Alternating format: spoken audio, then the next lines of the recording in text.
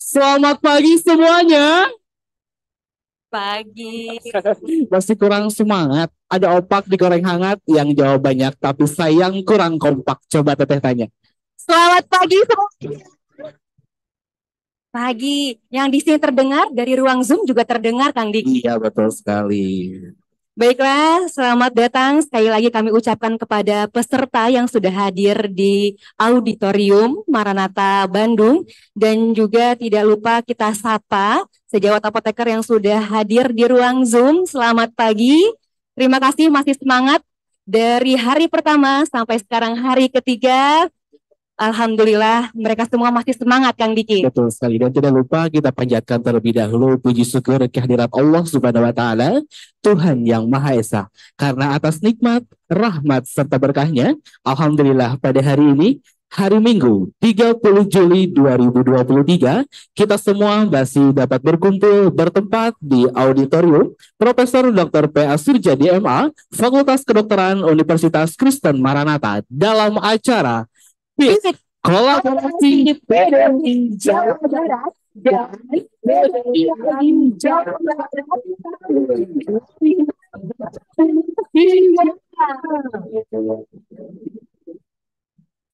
Dan ini merupakan hari ketiga kita, Kang Diki.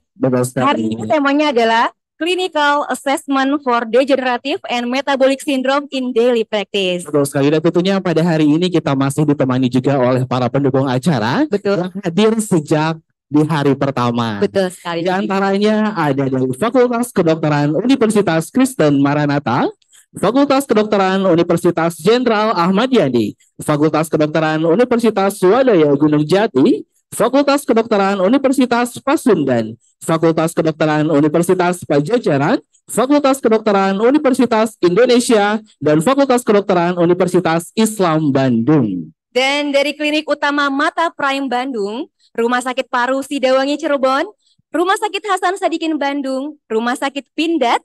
Kemudian ada juga dari Sido Muncul, Natural Herbal dan Suplemen, PT Berliko Mulia Farma, PT Bella Parahyangan Investindo, Bio Farma Group, Kimia Farma Laboratorium dan Klinik, Prodia, Omron, Kalpio Farma, Bandung Kopi Shop, Pokari Sweat, PT Radian Sentral Nutrindo, dan Cermin Kedokteran dan PT Cendol. Ya, tadi para pendukung acara yang tentunya hadir sejak gelaran acara PIP pada tahun ini ya. Betul sekali. Dan tentunya Teteh sebelum dimulai, tak kenal maka tak sayang, tak kenal maka kita kenalan. Betul. Izinkan memperkenalkan diri, saya Diki dan juga rekan saya Riza. Tentunya kami berdua di sini akan menemani seluruh peserta baik yang hadir secara offline ataupun secara online melalui Zoom meeting hingga akhir acara nanti. Betul. Dan tentunya di akhir acara nanti dapat kami informasikan ada sebuah grand door prize ya, yang dimana tugasnya cukup mudah, apa deh tugasnya? Betul. Caranya cukup meminta tanda tangan atau stempel di kartu peserta teman-teman sekalian di booth-booth yang sudah ada di lantai 1. Betul sekali. Dan jangan lupa diberikan nama. Betul sekali, Kang Diki. Daerah dari mana. Betul, Kang Diki. Dan selain itu juga masih ada hadiah lain juga. Betul. Yang sudah disediakan, maka dari itu mohon untuk tetap stay sampai akhir acara. Ya, dan hadiahnya kita beritahu nggak Kang Diki? Pastinya lebih menarik daripada hari sebelumnya. Betul sekali, karena ini hari terakhir. Pasti hadiahnya lebih pokoknya lebih dari yang betul sekali. Pastikan peserta yang hadir di sini sampai acara terakhir tetap ada di sini, dan juga peserta sejawat apoteker yang online pun diharapkan masih stay sampai akhir acara, begitu ya Kang ya? Betul sekali. Baik, dan kita akan langsung masuk ke sesi pertama, yang dimana nanti akan disampaikan oleh beberapa narasumber yang tentunya sudah hadir pada pagi hari ini. Betul sekali. Selamat datang sebelumnya kepada para narasumber yang sudah hadir. Dan di sini kita akan masuk ke dalam sesi pertama materi kita. Materi yang pertama adalah tata laksana sinkop dan shock anafilaktik di layanan primer. Tentunya bersama Dr. Andri Oktavalen, SPEM. Yang kedua, materinya adalah infeksi menular seksual pada remaja yang akan disampaikan oleh Dr. Asmi Fadli, spesialis dermatologi venereologi. Dan yang terakhir adalah suami dikasih pasien dengan keluhan sakit mata, telinga, dan mulut yang akan disampaikan bersama apoteker Shirley Tendi Arang and From Clean yang tentunya hadir di hari kedua kemarin ya. betul sekali Kang Diki. Dan tentunya hari ini akan dimoderatori oleh siapa Dede? Ya, moderator pada sesi kali ini akan dipandu oleh Dr. Roshidatul Hayudit. Baik, namun sebelum itu izin membacakan CV dari dokter terlebih dahulu. Untuk namanya adalah Dr. Roshidatul Hayudit. Tempat tanggal lahirnya Surabaya, 3 Agustus tahun 1985. Untuk kantornya di Dinas Kesehatan Provinsi Jawa Barat, UPTD Rumah Sakit Jiwa Provinsi Jawa Barat. Untuk email, utaklamut@gmail.com. Untuk status pernikahan sudah menikah. Baik, dan adapun untuk riwayat pendidikannya, profesi dokter di Fakultas Kedokteran Maranatha, lulusnya tahun 2010. Adapun untuk riwayat pekerjaannya, dokter PTT Dinas Kesehatan Kota Bandung, Puskesmas Cibiru, tahun 2012 sampai 2015.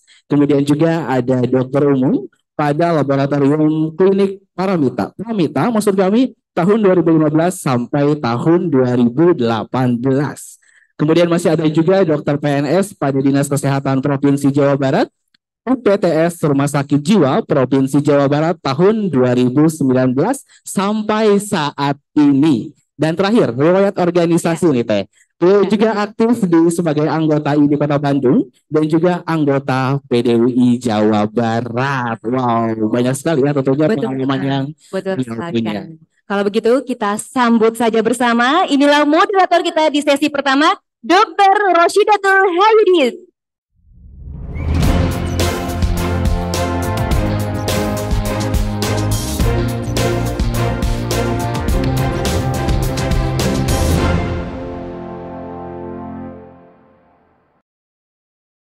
Baik, terima kasih MC Kang Diki dan Teh Riza. Nama saya udah dipanggil, berarti saatnya saya memandu ya.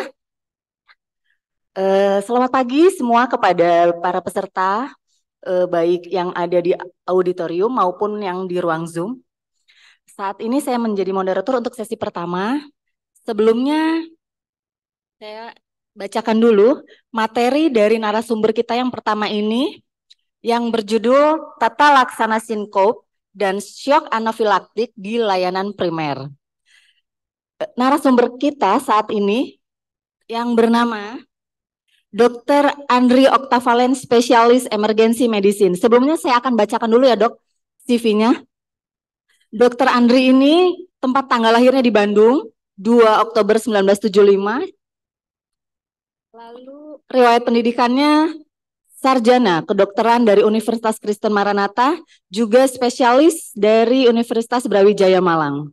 Riwayat pekerjaannya yaitu Kepala IGD Rumah Sakit Immanuel Bandung, juga Kepala IGD Rumah Sakit Mayapada Bandung. Tak berlama-lama lagi, mari kita sambut narasumber kita yang pertama yaitu Dr. Andri. Dok, mangga kami persilahkan.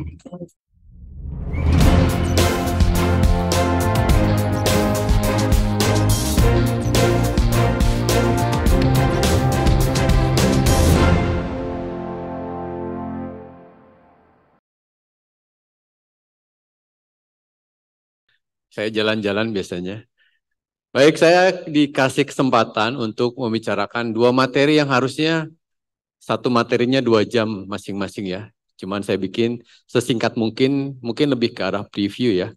Kemudian akan saya highlight kira-kira apa sih yang penting dari sinkop, apa yang penting tentang anafilaktik. Ini sih common apa ya, kayak kita ketemu sehari-hari orang pingsan. Cuman apa yang penting dari kita ketemu pasien dengan sinkop. Slide. Waktu saya 35 menit ya. Slide, Pak.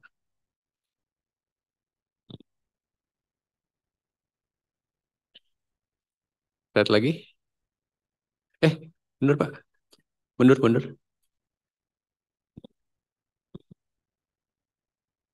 Oh ya. Nah, ini ada 2 topik ya. Maksudnya Gimana caranya saya membedakan ketika pasien orang pingsan atau sinkop, ini pingsan atau kejang? Itu yang pertama.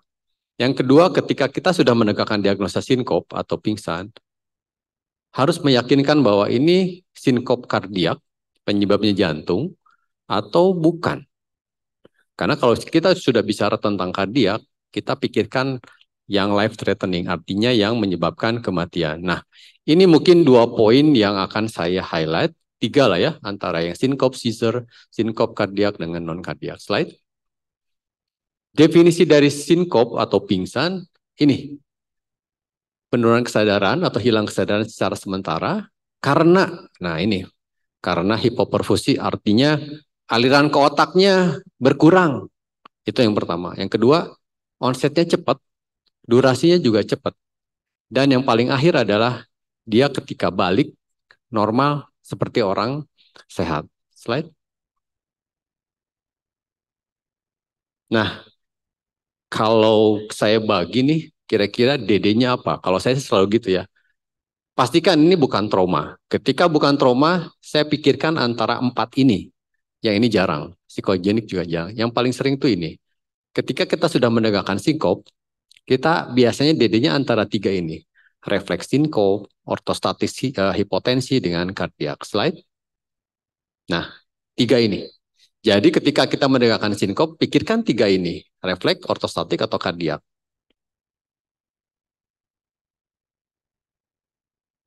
Slide. Nah, untuk membedakannya, biasanya ini tinggal dibaca ya, nanti saya share kok untuk materi. Intinya adalah ketika kita menemukan sinkop, biasanya tadi onset durasinya cepat. Beda dengan seizure, kita udah tahu apalagi eyewitness kejang. Orang sudah tahu ada auranya, akan ada kejang nih, saya mau kejang nih. Biasanya kalau orang epilepsi udah tahu nih. Nah, biasanya kita bedakan antara sinkop dengan seizure. Slide. Nah, patofisiologisnya mungkin kalau saya boleh, saya akan belajar lagi tentang yang basic ya. Ini akan nyambung ke shock juga. Ini akan nyambung dengan kenapa orang bisa pingsan. Mungkin kalau saya izin untuk berbagi lagi, diingatkan lagi, ada 2 tentang MAP. Ini fisiologis, ini tentang anatomi persarapan otonom. Yang pertama tentang MAP. MAP itu blood pressure ya. MAP adalah gitu ya, selalu basic ya. Cardiac output dikali tahanan perifer. Ketika tahanan perifer vasodilatasi, vasokonstriksi, itu yang menyebabkan tensinya naik atau turun. Cardiac output berarti kan masalahnya, kalau tadi TPR itu masalahnya di pipanya. Pipanya ngecil atau gede. Tapi ketika ngomongin cardiac output, kita ngomongnya adalah pumpingnya dengan isinya, tangkinya. Nah, kalau untuk pumping tergantung heart rate. Stroke volume itu isi sekuncup. Prinsip dasarnya itu dulu ya, nanti kita bahas. Ketika cardiac output turun, apakah ini stroke volume-nya turun, otomatis MAP akan turun, tensi akan ngedrop. Ketika tahanan perifer vasodilatasi, menyebabkan MAP-nya juga turun, dan sebaliknya. Nah, untuk saraf otonom, nah nanti kita akan bicara tentang otonom. Ini jantung deh ya. Kalau otonom kan ada simpatis, parasimpatis. Kalau untuk jantung nih, simpatisnya kan biasanya dia akan naikin heart rate. Parasimpatis dia rem, dia akan jadi bradikardi. Untuk tensinya, untuk pembuluh darahnya, parasimpatis dia bikin vasodilatasi. Ketika dia misalkan simpatisnya dominan, dia akan jadi vasokonstriksi. Itu konsep dasarnya dulu ya, jadi saya ingatkan dulu. Slide. Nah, ini patofisiologinya sinkop. Sinkop itu biasanya ada penurunan tiba-tiba. Anggap 20 mm Hg systolic blood pressure turun tiba-tiba, orang bisa pingsan. Nah, kenapa BP-nya tuh turun, MAP turun? Penyebabnya tadi kan MAP-nya turun karena cardiac output-nya atau karena TPR-nya tadi, gitu ya. Konsepnya cuma 2 tadi. Cardiac output-nya, di mana komponen dari cardiac output adalah stroke volume kali heart rate. Ketika kita ngomongin kardiak, pasti akan ngomongin ya, kalau nggak jantungnya, ya irama jantungnya, gitu ya. Kemudian kalau ngomongin low perifer, berarti tahanan perifer. Kita lihat satu-satu. ketika kita ngomongin low cardiac output, biasanya dia bisa bersinggungan nih. Bisa masalah kardiaknya. Contoh misalkan ada emboli paru nih, otomatis kan tiba-tiba nggak ada tuh yang aliran darah ke jantung kiri. Kemudian gangguan irama, aritmia.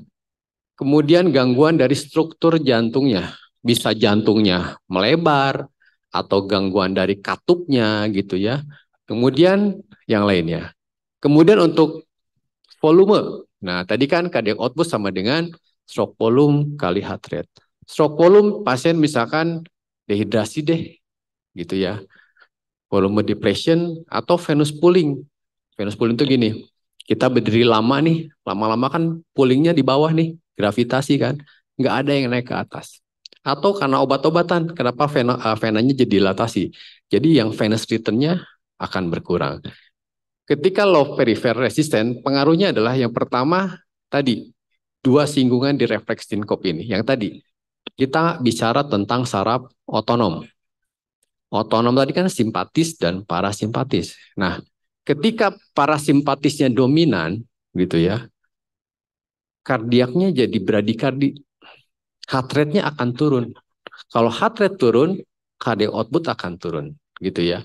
Kemudian vasopresor tadi ya, pembuluh darahnya tiba-tiba dia vasodilatasi, otomatis TPR-nya turun, MAP-nya juga turun. Prinsipnya sama. Nanti ngomongin shock juga akan bicaranya konsep dasarnya yang tadi. MAP sama dengan cardiac output kali stroke volume. Kali TPR. Slide. Nah, kita bicara tentang sinkop yang paling umum, yang paling banyak ya ini ya. Vasovagal nih, hampir 37%. Situasional, carotis sinus. Nah, apa itu vasovagal? Misalkan Bapak Ibu dokter misalkan ketemu pasien yang histeria deh, ketemu artis selebritis gitu ya, saking paniknya, saking hebohnya, kemudian saking ketakutannya gitu ya, itu bisa bikin dia vasovagal. Atau karena situasional, misalkan ngeden, Bapak Ibu ngeden, atau lagi pup nih di kamar mandi, atau lagi pipis ngeden. Kalau pipis ngeden kan otomatis akan bikin parasimpatisnya dominan. Parasimpatis dominan otomatis heart rate-nya tadi ya, heart rate-nya akan turun. Pembuluh darah vasodilatasi. Jadi prinsip dasarnya gitu. Jadi vasovagal tuh umum gitu ya. Paling banyak umum, gampang banget. Situasional juga gampang. Ditidurin kaki angkat, bangun tuh dia gitu ya. Karena dapat darah, ada yang namanya pasif legras. Ketika kita ketemu pasien gini, kita angkat kakinya, biasanya dia akan langsung dapat darah kurang lebih kayak diinfus 500 cc. Nah, ini gampang. Atau sinus karotis ya, karotis sinus sindrom. Kalau Bapak Ibu pernah melakukan vagal manuver, pasien dengan SVT misalkan, kadang kita masas kan karotisnya. Itu kan untuk kerangsang parasimpatis. Nah, ada beberapa kelainan usia tua terutama, miring aja si karotisnya suka kayak ketekan. Atau ada kita tidak sengaja ketekan, ada pakai baju nih kekencengan, tiba-tiba lehernya tuh nempel ke karotis, itu juga bisa bikin kayak seolah-olah di vagal manuver. Jadi prinsipnya ya tadi, ini masalahnya simple. Artinya ini pasti balik. Bukan sesuatu yang life threatening. Slide.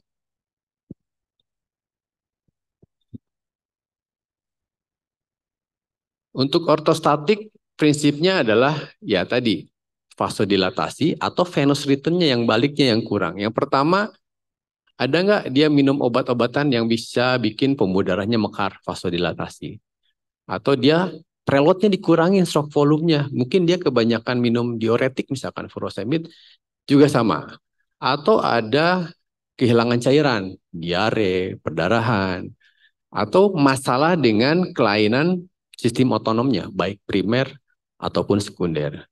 Atau masalah yang lain ya, adrenal insuf, kardiak, kemudian panas nih, kadang orang lagi panas tinggi, lagi jalan, pingsan. Karena semua pembuluh darahnya itu mekar gitu ya, vasodilatasi.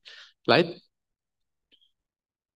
Nah, kalau saya gitu sebagai emergency selalu akan melihat dari sisi kegawatannya. Selalu suudon, kalau orang sudah bilang suudon, benar nggak? Daripada saya kecolongan, saya lebih baik bersuudon, overdiagnostik lah, lebih baik kalau saya sih gitu. Pertama, tadi kan MAP sama dengan cardiac output sama perkalian dengan tekanan perifer. Saya anggap kalau yang lain kan gampang ya. Tapi ketika gangguannya di jantung, terutama bisa gangguan, paling sering Bapak Ibu mungkin pernah dengar dulu artis siapa suaminya Becel, Arsyaf ya. Dulu meninggal karena gangguan irama. Bom-bom dulu ada. Pelari mungkin yang sekarang lagi lari tuh tiba-tiba ada pingsan. Biasanya kalau saya umur nih, umur 40 ke atas biasanya serangan jantung karena sumbatan. Tapi di bawah itu biasanya gangguan irama jantung.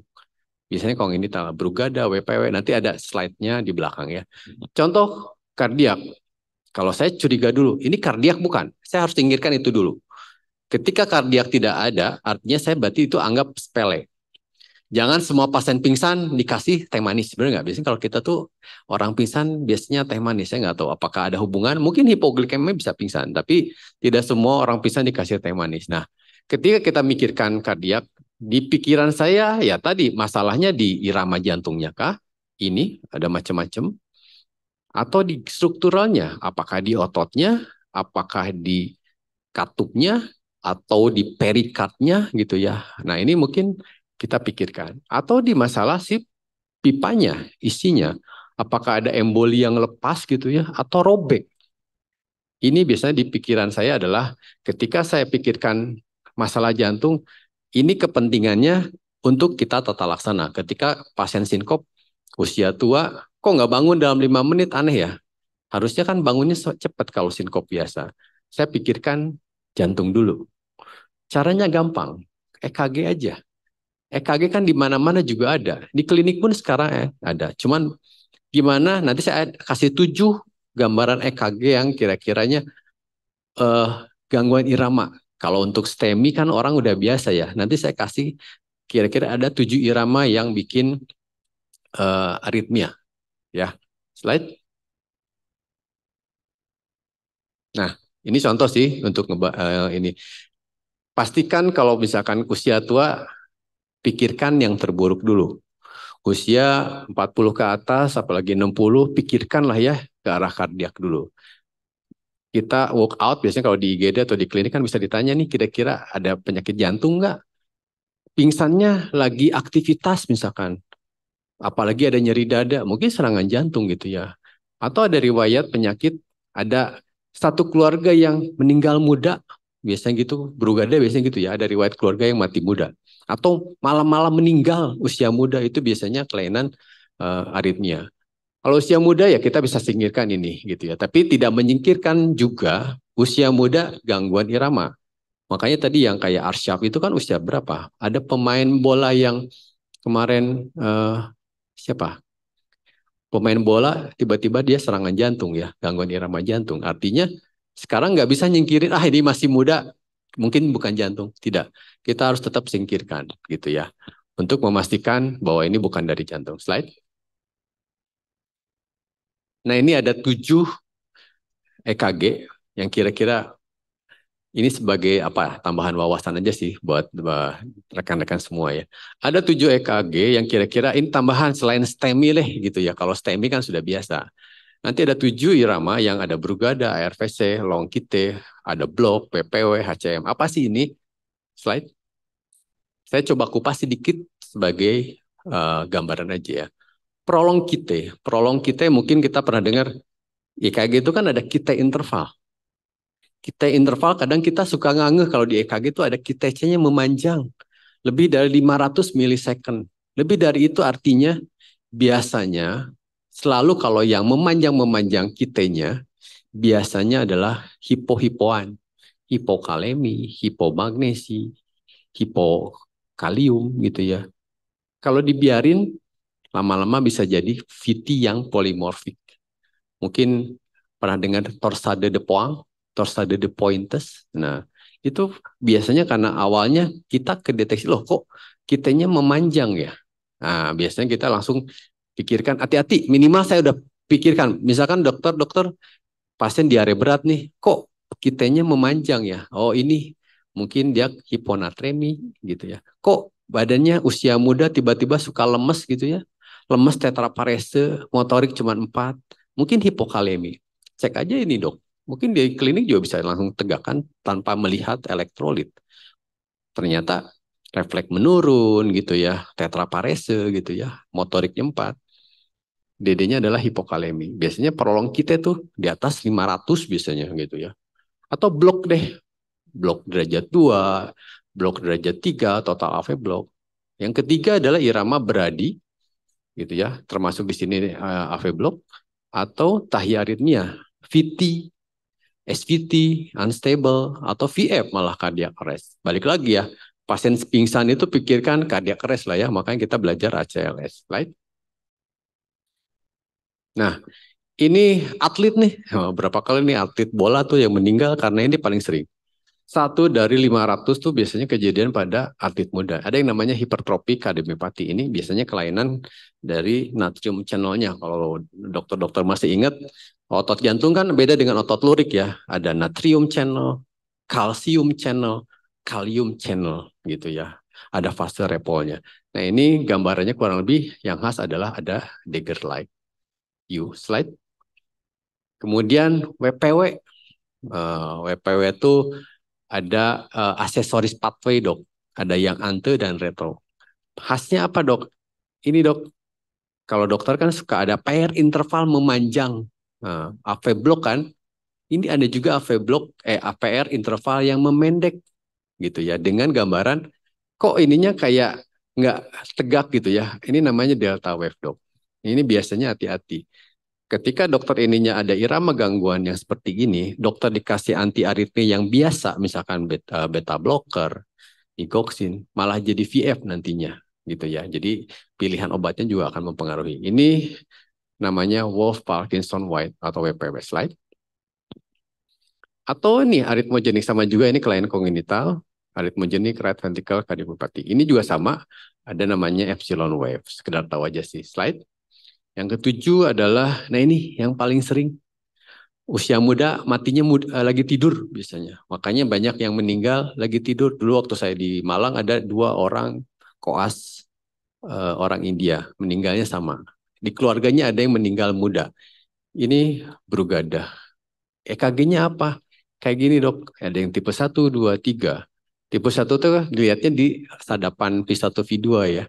Kayak RBBB gitu ya. Kayak ST elevasi, tapi ini kayak menukik gitu ya, T inverted. Di V1, V2 terutama. Ini yang tipe 2-nya sama di V1, V2, ini bentuknya kayak pelanda kuna, nah ini lebih nggak khas lagi. Nah ini yang biasanya gangguan irama. Karena ketika pasien mengalami Brugada, resiko menjadi VF biasanya. Makanya pasien dengan Brugada harus ditempel dok, kayak Devip tapi yang ditanam, ICD namanya. Itu tata laksananya. Slide. Nah, jadi buat saya di klinik atau di dokter GP, saya kasih ini. Dokter tinggal lihat di mdkalkulator.com gitu ya. Yang pertama adalah pasien aman nggak kalau dipulangkan, gitu kan. Saya pakai ada namanya, ada SFI. Dokter tinggal cari MD kalkulator, cari tentang San Francisco Syncope Rule. Ketika sudah, ini nggak bisa nih, harus dirawat nih, saya harus scoring ulang deh. Ternyata saya pakai cardiac syncope. Apa itu? Nah, slide. Nah, saya harus memastikan kira-kira ketika kita pulangkan aman atau enggak. Kita lihat aja dokter tinggal di scoring aja. Yang pertama adalah ketika yang poin pertama ada enggak riwayat CHF? Kan dari jalan capek, tidur 2 bantal juga kita udah tahu ini pasti CHF ya. Atau mau dicek darah nih, hematokritnya kok encer banget ya. EKG-nya selain sinus anggap abnormal. Berarti kalau misalkan mau sinus tahikardi, sinus beradi, AV block, apapun iramanya selain sinus ritm, yes. Ada sesek nggak? Cepat, gitu ya. Gitu ya. Ada sesek nggak? Misalkan lebih dari 20, misal 24, 26, ya berarti kalau iya, ya. Atau systolic blood pressure kurang dari 90. Ketika ada salah satu poin, ini high risk untuk kita pulangkan. Ini rawat inap. Kalau di klinik rujuk aja. Nah, ketika sudah dirawat, slide Pak. Ya, slide. Berarti saya harus pikirkan satu lagi. Ini jantung atau bukan? Nah, tadi kan EKG-nya oke lah banyak banget ya. Udahlah saya screening aja lah. Kardiak scoringnya berapa nanti, ini high risk atau enggak. Tinggal di checklist aja. Ternyata dia habis berdiri atau marah-marah gitu ya, dia pingsan. Minus tuh gitu ya. Bukan plus, minus. Minus 1. Ada enggak CAD? AFK, CHFK, ada CAD deh. Kalau ya 1. Sistolik kurang dari 90 atau lebih dari 180. Kemudian troponin naik jelas lah ya ke arah ACS. Aksis, kalau aksis kan, kalau jantung kiri gede, aksis pasti ke kiri. Atau kurang dari minus 30. Atau aksisnya malah lebih dari 100. Mungkin jantung kanannya gede. Gitu ya. Kalau otomatis ini dilihat mah aksis. QRS-nya melebar. Normal kan kita 3 kotak ya. 120 milisecond. Ini kok lebar ya? Nah, berarti kan kalau dokter EKG kan, kalau EKG yang sekarang sudah ada di sebelahnya dok ya. QRS berapa milisecond, PR interval berapa milisecond. Jadi artinya tinggal lihat aja. Nah ini dok, satu lagi adalah, ada nggak kite corrected dok, kite C ya, ada kite C. Ketika kite C-nya lebih dari anggap 480, pikirkan ke arah prolong kite. Kalau ada poinnya gede tuh dok, 2. Pokoknya yang ke jantung nilainya 2. Ini tensi juga 2. Nanti tinggal keluarlah diagnosanya apa? Low risk, medium, atau high risk. Jadi kalau high risk otomatis kita curiga ke arah jantung. Slide. Ya, sebagai kesimpulan dari sinkop adalah yang pertama, jangan pernah kita underestimatekan orang pingsan. Pastikan bahwa pingsan ini bukan yang pertama kejang. Ketika pingsan ternyata nggak bangun-bangun dalam waktu 2 menit, kok ada masih aja gelesis, apalagi nggak bangun-bangun, pikirkan ke arah jantung kah? Kardiak, non-kardiak. Evaluasi yang paling gampang adalah tool apa yang Bapak Ibu punya di rumah sakit atau di klinik yang bedside, artinya bisa langsung kita kerjakan adalah EKG. EKG bisa menentukan tadi irama jantungnya, bisa menentukan kira-kira tadi informasinya banyak, termasuk dengan gangguan elektrolit.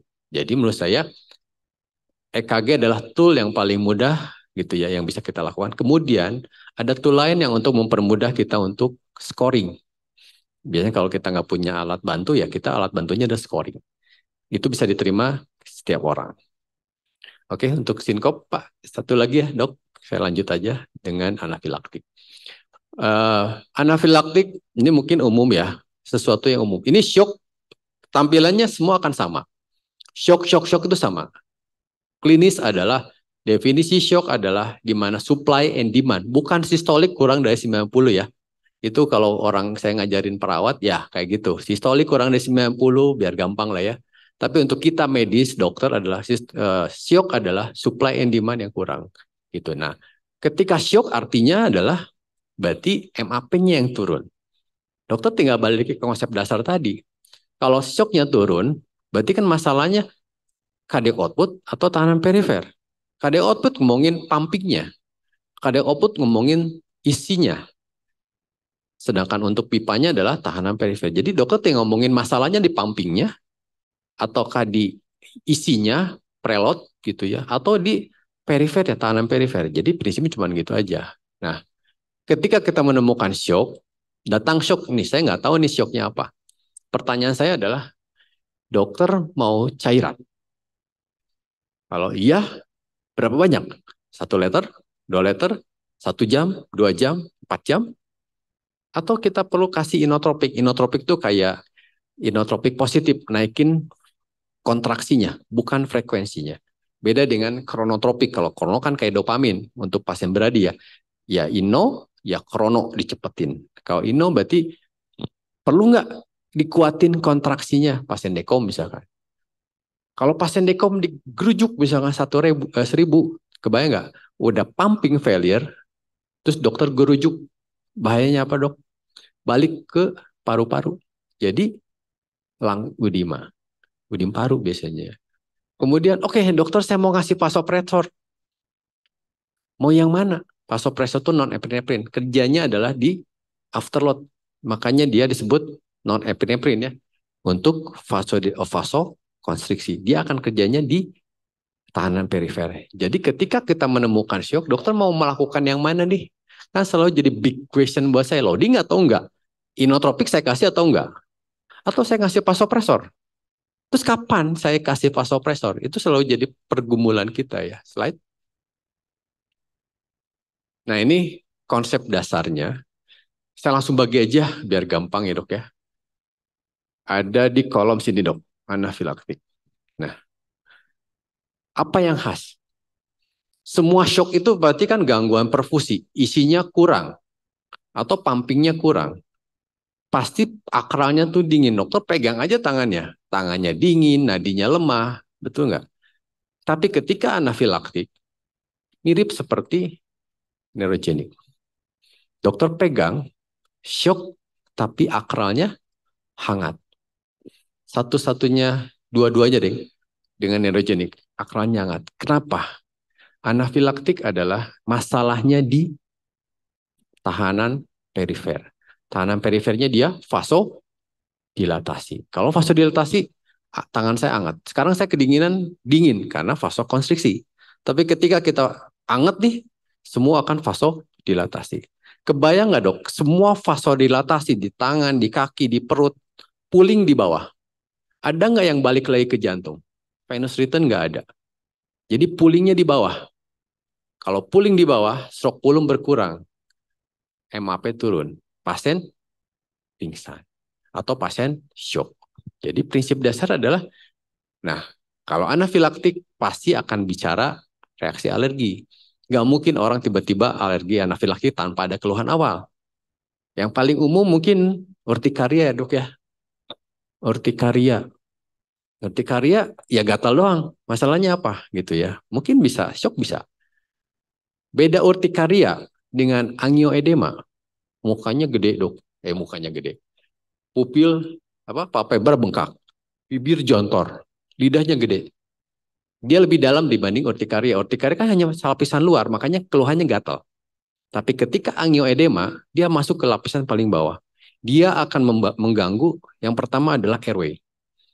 Lidahnya akan gede. Airway-nya akan keganggu. Kemudian laringnya bisa spasme. Breathing-nya keganggu. Artianya itu life threatening. Kalau shock itu C. Mana yang bikin mati duluan? Airway. Jadi nanti akan bicara dengan tata laksananya apa dulu?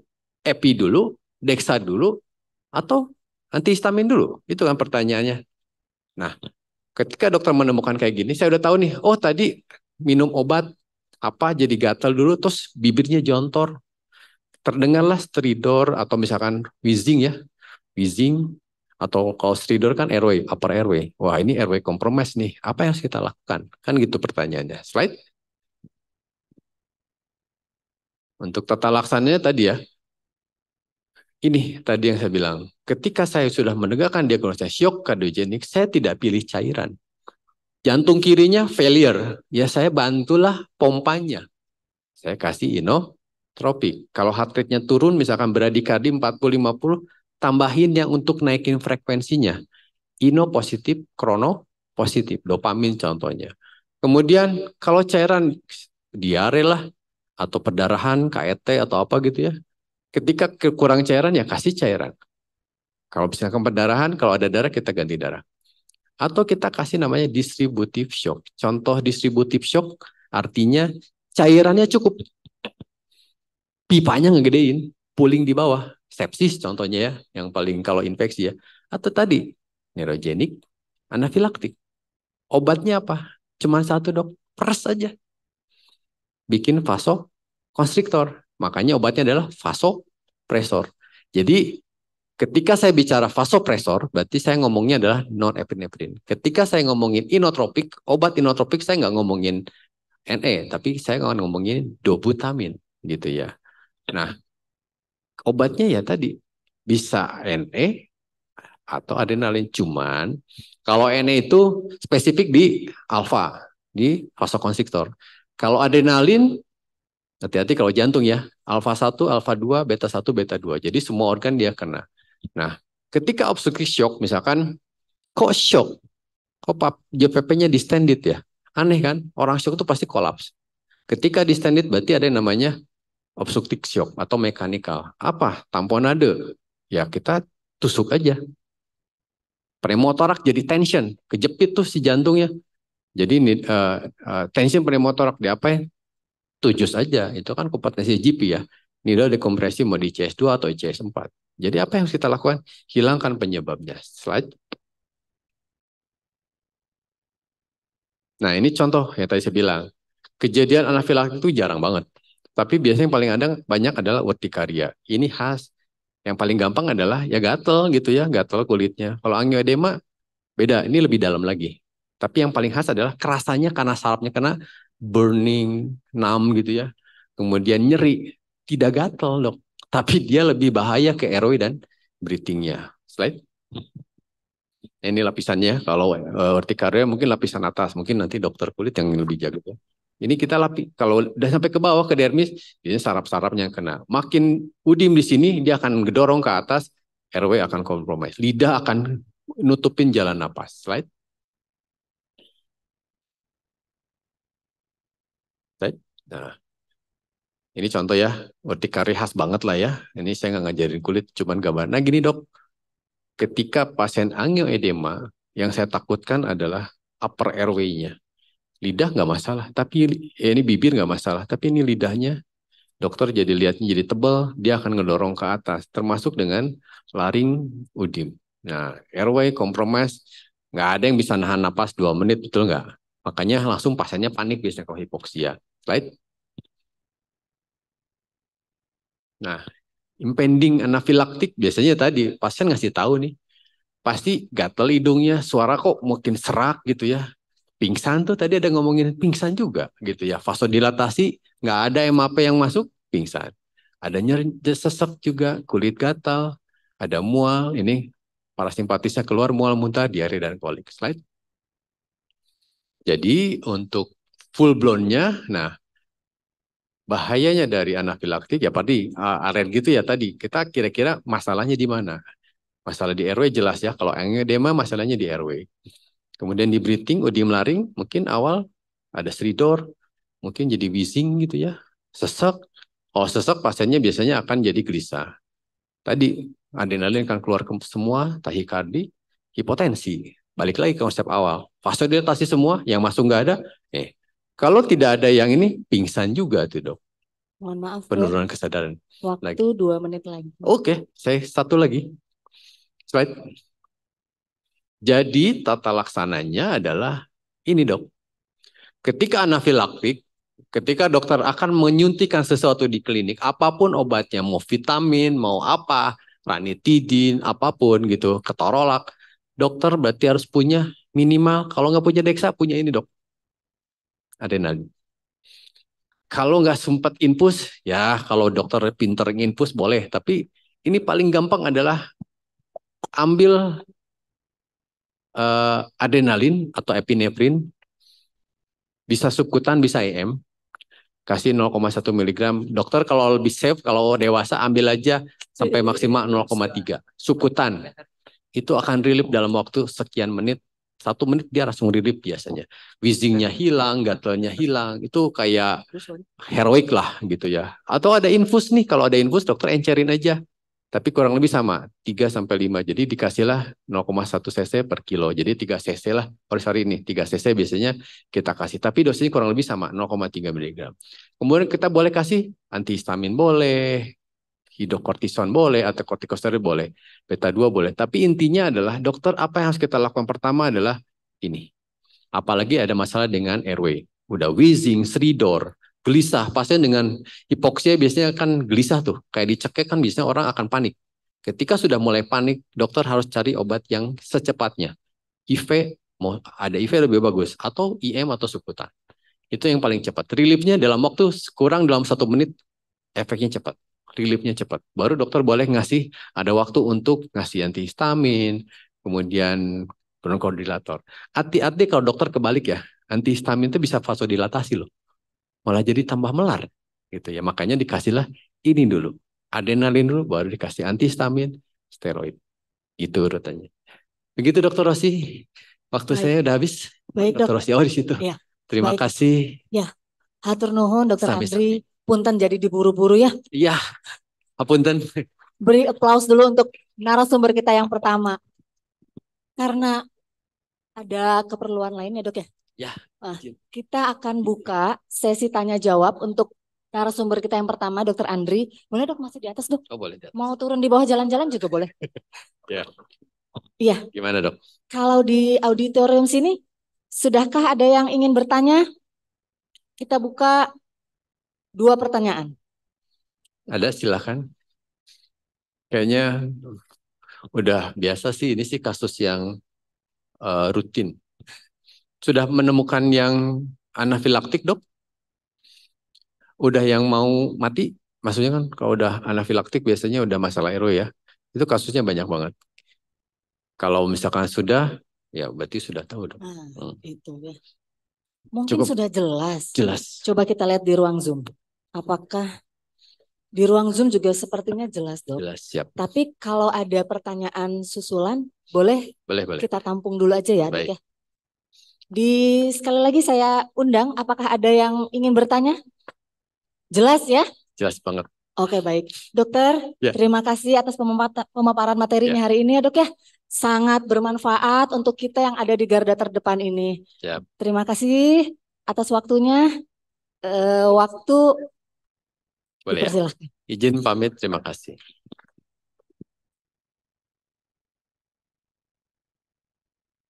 Baik, selanjutnya akan langsung diisi oleh narasumber kita yang kedua yaitu Dr. Azmi Fadli, spesialis dermatovenerologi.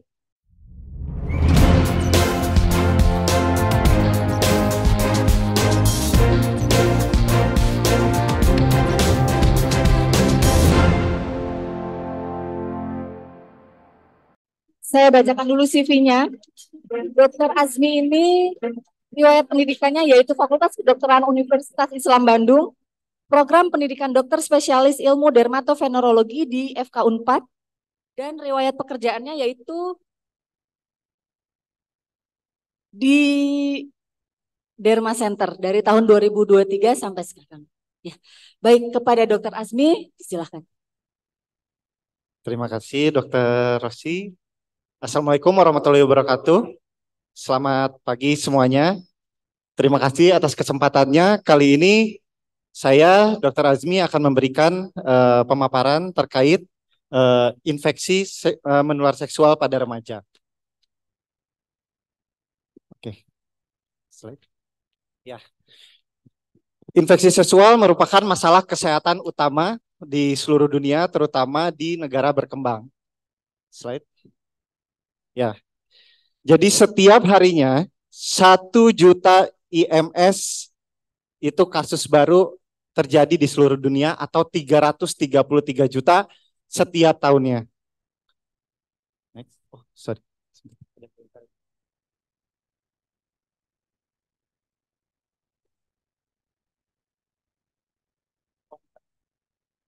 Sorry. Ya, nah. Yang meningkatkan penyebab IMS itu yang pertama adalah faktor biologis, faktor emosional, dan juga tingkat pengetahuan. Nah di sini mungkin masih ada mungkin ya, kalau di sini remaja gitu. Dokter Eka mungkin masih remaja, enggak ya? Jadi remaja kalau menurut WHO itu dia merupakan usia 15 sampai 24 tahun. Dan itu lebih berisiko mengidap IMS dibanding dengan orang dewasa. Nah, di WHO juga ditemukan bahwa 1 dari 20 remaja itu mengalami IMS.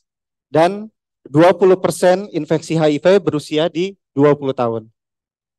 Nah, setelah dilakukan survei untuk di Indonesia, itu hanya ditanyakan kepada seluruh remaja yang pernah berhubungan seksual, itu hanya 25% menggunakan kondom pada saat melakukan seks pertama. Dan hanya 27,4% itu di saat melakukan seks yang terakhir. Jadi sangat kecil sekali, hampir seperempatnya bahwa remaja di Indonesia itu kalau berhubungan seksual itu tanpa menggunakan kondom.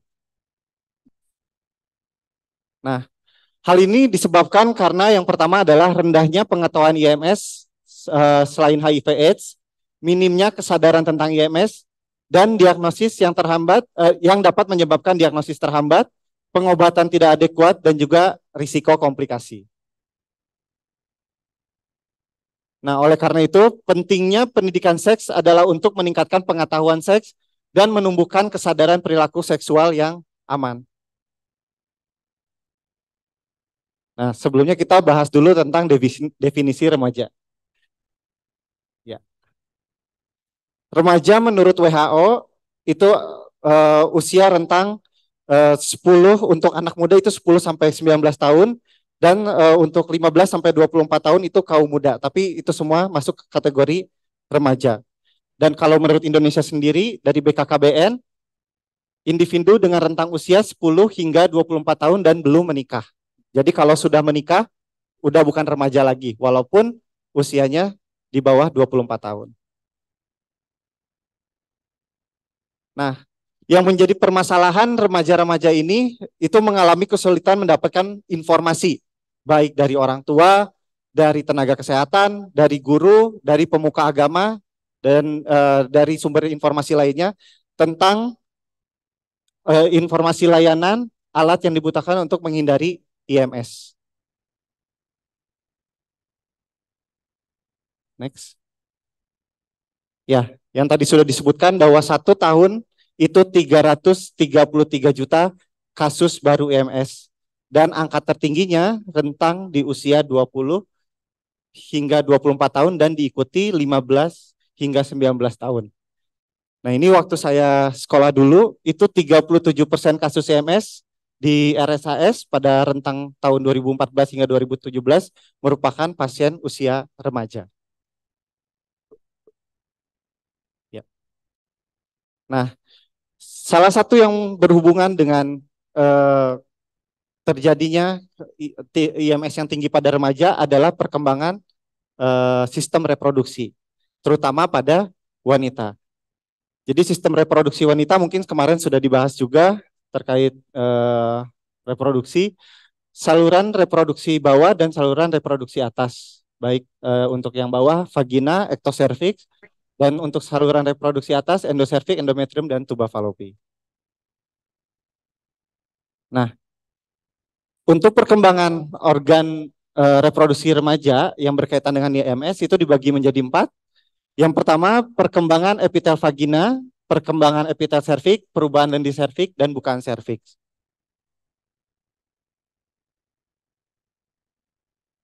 Nah, jadi untuk perkembangan epitel vagina, 1 bulan pertama kehidupan neonatus banyak mendapatkan paparan estrogen dari ibu melalui plasenta. Nah, di sini vagina dilapisi oleh epitel squamosa berlapis tanpa keratin, dan pada saat estrogen pada tubuh neonatus mulai menurun, epitel squamosa berlapis digantikan oleh epitel kolumnar tipis yang atrofi sampai sebelum menarki. Jadi pada saat lahir itu bayi itu rentan terhadap penyakit kandidiasis dan trichomoniasis, namun dia resisten terhadap chlamydia trachomatis dan juga gonore. Tapi pada saat estrogennya menurun, itu dia mulai rentan terhadap chlamydia trachomatis atau biasanya kita bilangnya infeksi uretritis non gonore dan juga gonore. Nah, pada saat pubertas stimulasi estrogen meningkat, merangsang glikogen yang lebih tebal dan mengandung epitel squamosa berlapis yang menutupi vagina hingga ke squamous columnar junction pada serviks. Nah, selanjutnya adalah perkembangan epitel serviks. Endocervix, kanalis cervicalis diliputi epitel kolumnar, lalu ektocervix ditutupi oleh epitel squamous berlapis tidak berkeratin. Nah, ada kondisi di mana ektopik kanalis cervicalis, yaitu cervical ectropion, yang berhubungan dengan infeksi chlamydia dan juga gonori, yang umum pada remaja. Jadi pada kondisi cervical ectropion itu terjadi peningkatan penyakit ke chlamydia dan gonore. Lalu yang selanjutnya juga perlu perubahan lendi serviks, yaitu ketika lendi serviks meningkat pada 1 bulan pertama kehidupan, Lalu dilanjutkan dengan estrogen yang menurun sehingga lendir serviks juga akan menurun. Lalu untuk stimulasi estrogen yang meningkat pada saat pubertas mengakibatkan lendir serviks meningkat. Walaupun lendir serviks meningkat, namun produksi IGA pada saat remaja itu menurun dibandingkan wanita dewasa, sehingga lebih mudah ditembus oleh organisme dan meningkatkan risiko IMS. Dan yang terakhir adalah bukaan serviks. Jadi pada intinya pada usia 9 atau 10 tahun, remaja wanita juga mengalami pembukaan saluran endoservik. Ya, jadi selain yang tadi misalnya pengetahuan remaja, emosi, bahwa dari anatomis juga remaja itu lebih rentan untuk mengalami IMS. Selanjutnya, perkembangan emosional remaja yang berhubungan dengan IMS. Nah, pada saat remaja dikatakan bahwa perkembangan hormon itu berubah secara signifikan. Pematangan fisik dan perubahan perilaku termasuk yang terkait dengan sosial, kognitif, dan emosional. Jadi kalau pada remaja, dia mengalami emosi yang gampang banget untuk berubah. Memiliki resiko untuk mengalami gangguan mental berupa kesulitan dalam mengatur emosi dan pengambilan keputusan yang buruk. Makanya biasanya pada orang-orang dengan misalnya dapat nilai yang jelek atau kurang baik hubungannya dengan orang tua atau habis kena marah sama guru, dia ketika emosionalnya terganggu, dia bisa melakukan hal-hal yang keputusan yang tidak baik. Nah, peran individu dalam pertumbuhan dan perkembangan emosional remaja. Di sini wanita memiliki kesadaran yang lebih besar akan potensi konsekuensi negatif pribadi dari seks seperti kehamilan, penyakit, atau stigma budaya sehingga mengarah pada lebih banyak emosi negatif sebelum berhubungan seksual. Nah, beda dengan laki-laki. Kalau laki-laki kesadarannya itu lebih rendah dibandingkan wanita. Rasa takut dia lebih rendah.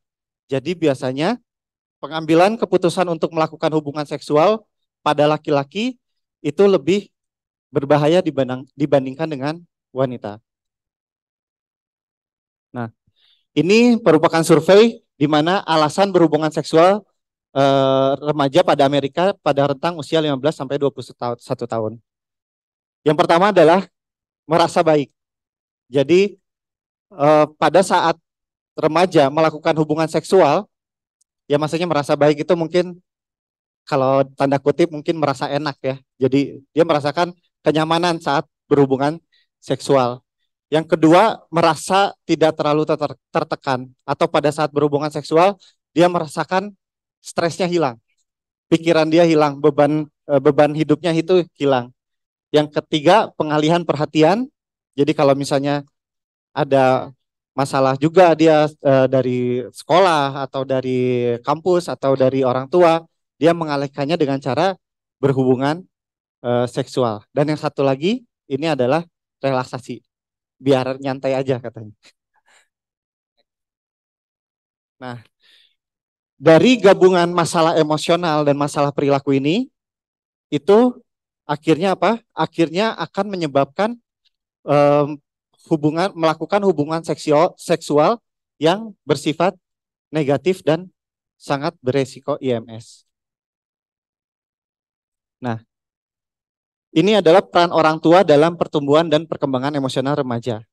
Jadi semakin usia bertambah, itu kemandirian juga akan semakin meningkat. Semakin sedikit sekali hubungan interaksi sosial dengan orang tua.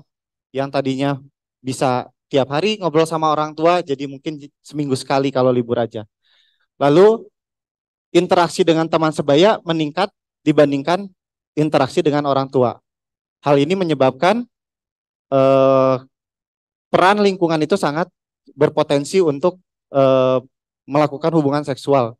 Apalagi kalau bergaul dengan teman-teman yang bersifat negatif. Yang belum sebelumnya? Nah, terus dipicu juga dengan adanya konflik keluarga pada beberapa keluarga yang dengan peristiwa-peristiwa yang negatif, dan pada masa remaja biasanya sudah mulai ngeceng-ngeceng gitu ya, jadian, pacaran, sudah mulai keluar masa-masa romantisnya. Next. Next.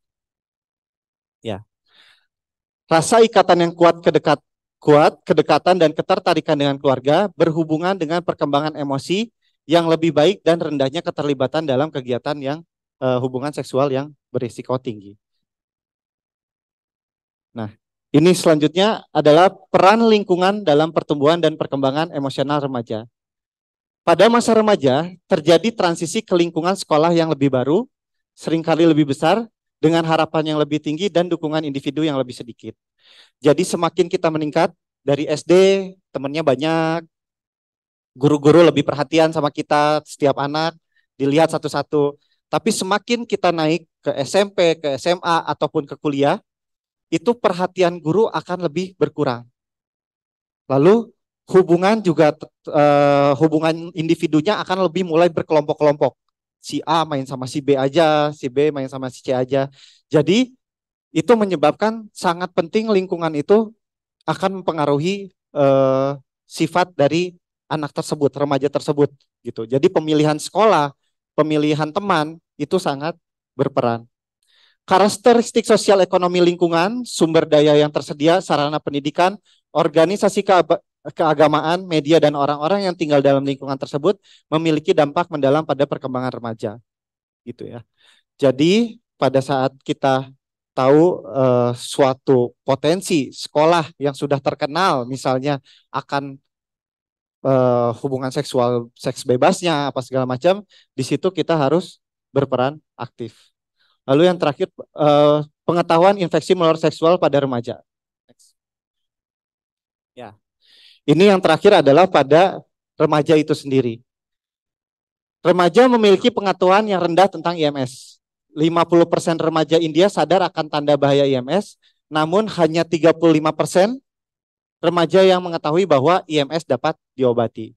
Jadi tahunya menular, tapi hanya sedikit yang tahu kalau IMS itu dapat diobati. Nah, sekitar 34,5% remaja tahu bahwa AIDS ditularkan melalui hubungan seksual tanpa kondom, jadi hanya tidak nyampe setengahnya, dan kesadaran mengenai IMS meningkat dengan bertambahnya usia. Next. Nah, ini. Jadi dilakukan survei pada remaja yang mengetahui bahwa perempuan dapat hamil dengan 1 kali berhubungan seksual, itu hanya sekitar 30%, baik laki-laki maupun perempuan. Lalu mengetahui bahwa penularan AIDS dapat dikurangi jika berhubungan seks hanya dengan seseorang yang tidak memiliki pasangan lain, itu sekitar 50%. Dan mengetahui bahwa penularan HIV AIDS dapat dikurangi dengan menggunakan kondom, itu tinggi pada laki-laki 60% dan 46%. Next. Nah, sayangnya memiliki pengetahuan komprehensif mengenai HIV AIDS itu hanya 10%. Mengetahui 1 atau lebih gejala PMS pada pria hanya 16%, dan mengetahui 1 atau lebih gejala PMS pada perempuan hanya 6 hingga 15%, dan mengetahui sebuah tempat pelayanan informasi dan konseling kesehatan reproduksi remaja hanya 5-7%. Jadi tahu IMS itu ada, tapi nggak tahu IMS itu sampai dalam-dalamnya. HIV itu cuma tahu nggak HIV tahu gitu. Bisa gimana aja HIV itu remaja itu pada nggak tahu. Next. Nah, di sini yang penting sumber pengetahuan IMS pada remaja itu pada teman 50%. Nah, di sini kita lihat kalau wanita itu mungkin masih bisa curhat sama ibunya. Jadi ibunya masih bisa ngasih edukasi ke anak wanitanya. Itu seperti misalnya jangan ada yang menyentuh kamu selain ibunya, ayahnya, dan dirinya atau segala macam. Tapi kalau pada laki-laki mungkin jarang untuk curhat dengan orang tua. Sehingga pengetahuan seksual dari orang tua untuk laki itu kecil. Ya. Dan baik dari ayah maupun ibu. Kalau ayah, apalagi ya mungkin ayah juga nggak mungkin ngomongin seksual dengan anak perempuan. Nah cuman yang menjadi PR buat kita adalah bahwa petugas kesehatan juga remaja cuma tahu 14 dan 13%. Jadi ada yang dapat dari guru, paling besar adalah dari teman dan guru. Sayangnya, walaupun dari teman 50%, itu belum tentu temannya benar. Bisa saja memberikan suatu informasi yang salah. Udah tinggi salah gitu. Jadi makin ke sana informasinya makin salah. Next. Tapi di Indonesia sudah ada organisasi-organisasi atau gerakan-gerakan untuk meningkatkan kesadaran infeksi menular seksual atau HIV pada remaja. Yang pertama itu adalah pelayanan kesehatan peduli remaja. Tujuannya memberi pemenuhan hak-hak reproduksi bagi remaja dalam hal promosi, pencegahan, dan penanganan masalah-masalah kesehatan reproduksi. Kendalanya sering dianggap tabu oleh masyarakat sehingga pada kenyataannya pendidikan kesehatan reproduksi masih sulit untuk dilaksanakan. Next. Lalu genre atau program generasi berencana yaitu pendekatan dari dua sisi, yaitu pendekatan kepada remaja itu sendiri dan pendekatan kepada keluarga yang memiliki remaja. Kegiatan yang pernah dilaksanakan antara lain seperti pemilihan duta mahasiswa, seminar remaja, gelar seni budaya, pentas komedi, penyebaran poster, dan lain-lain. Next. Ya, jadi kesimpulan yang saya berikan adalah faktor-faktor yang berpengaruh terhadap tingginya insidensi IMS yaitu faktor biologis, faktor emosional, dan faktor pengetahuan. Upaya peningkatan pengetahuan tentang IMS sudah dilakukan sejak tahun 2003 hingga kini, namun belum mencapai target yang diharapkan. Dan pemahaman tentang IMS pada remaja secara holistik dapat membantu tenaga kesehatan dalam pencegahan dan pengurangan angka kejadian IMS pada remaja. Ya, terima. Lalu ini setelahnya. Next ya. Terima kasih. Ya, semoga bermanfaat. Yang pertama mungkin ini menjadi peran kita sebagai tenaga medis untuk memberikan edukasi kepada remaja atau minimal peran kita sebagai orang tua untuk memberikan edukasi seks atau IMS pada anak kita sendiri supaya kita bisa memutus mata rantai penyebaran IMS di Indonesia. Terima kasih. Wassalamualaikum warahmatullahi wabarakatuh. Waalaikumsalam warahmatullahi wabarakatuh. Baik, terima kasih Dokter Azmi. Sangat tepat waktu sekali ya dalam pemberian materinya. Boleh kembali narasumber kita yang ketiga. Kita sapa dulu Ibu Apoteker Shirley Tandi Arang, M Farm Clean.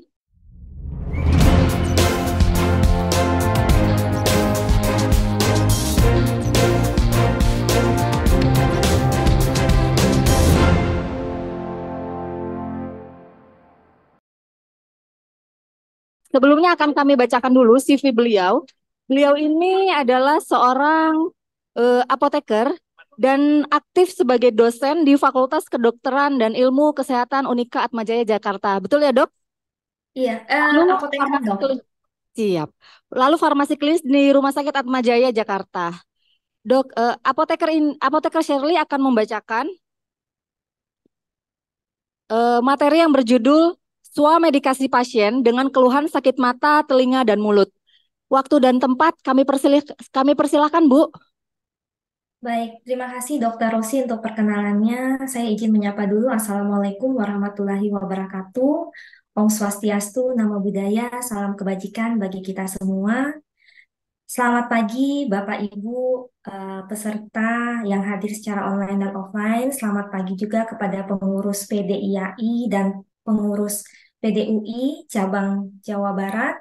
Ya, saya ucapkan banyak terima kasih sekali lagi untuk kesempatan yang diberikan kepada saya untuk dapat sharing materi terkait swamedikasi pada mata, mulut, dan juga telinga.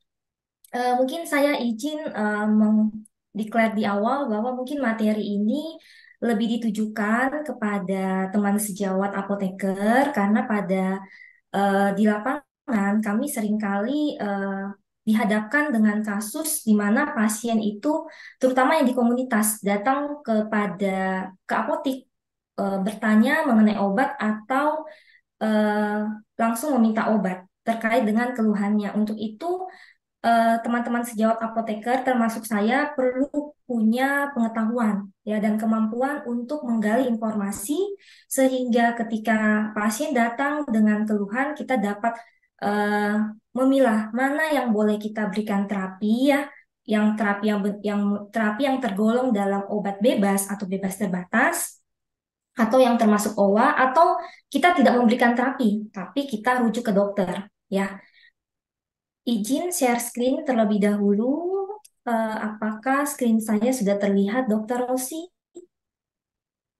Swamedikasi adalah upaya yang dilakukan oleh seseorang dalam mengobati gejala penyakit yang sedang dideritanya tanpa terlebih dahulu konsultasi ke dokter. Jadi langsung mencari pengobatan sendiri.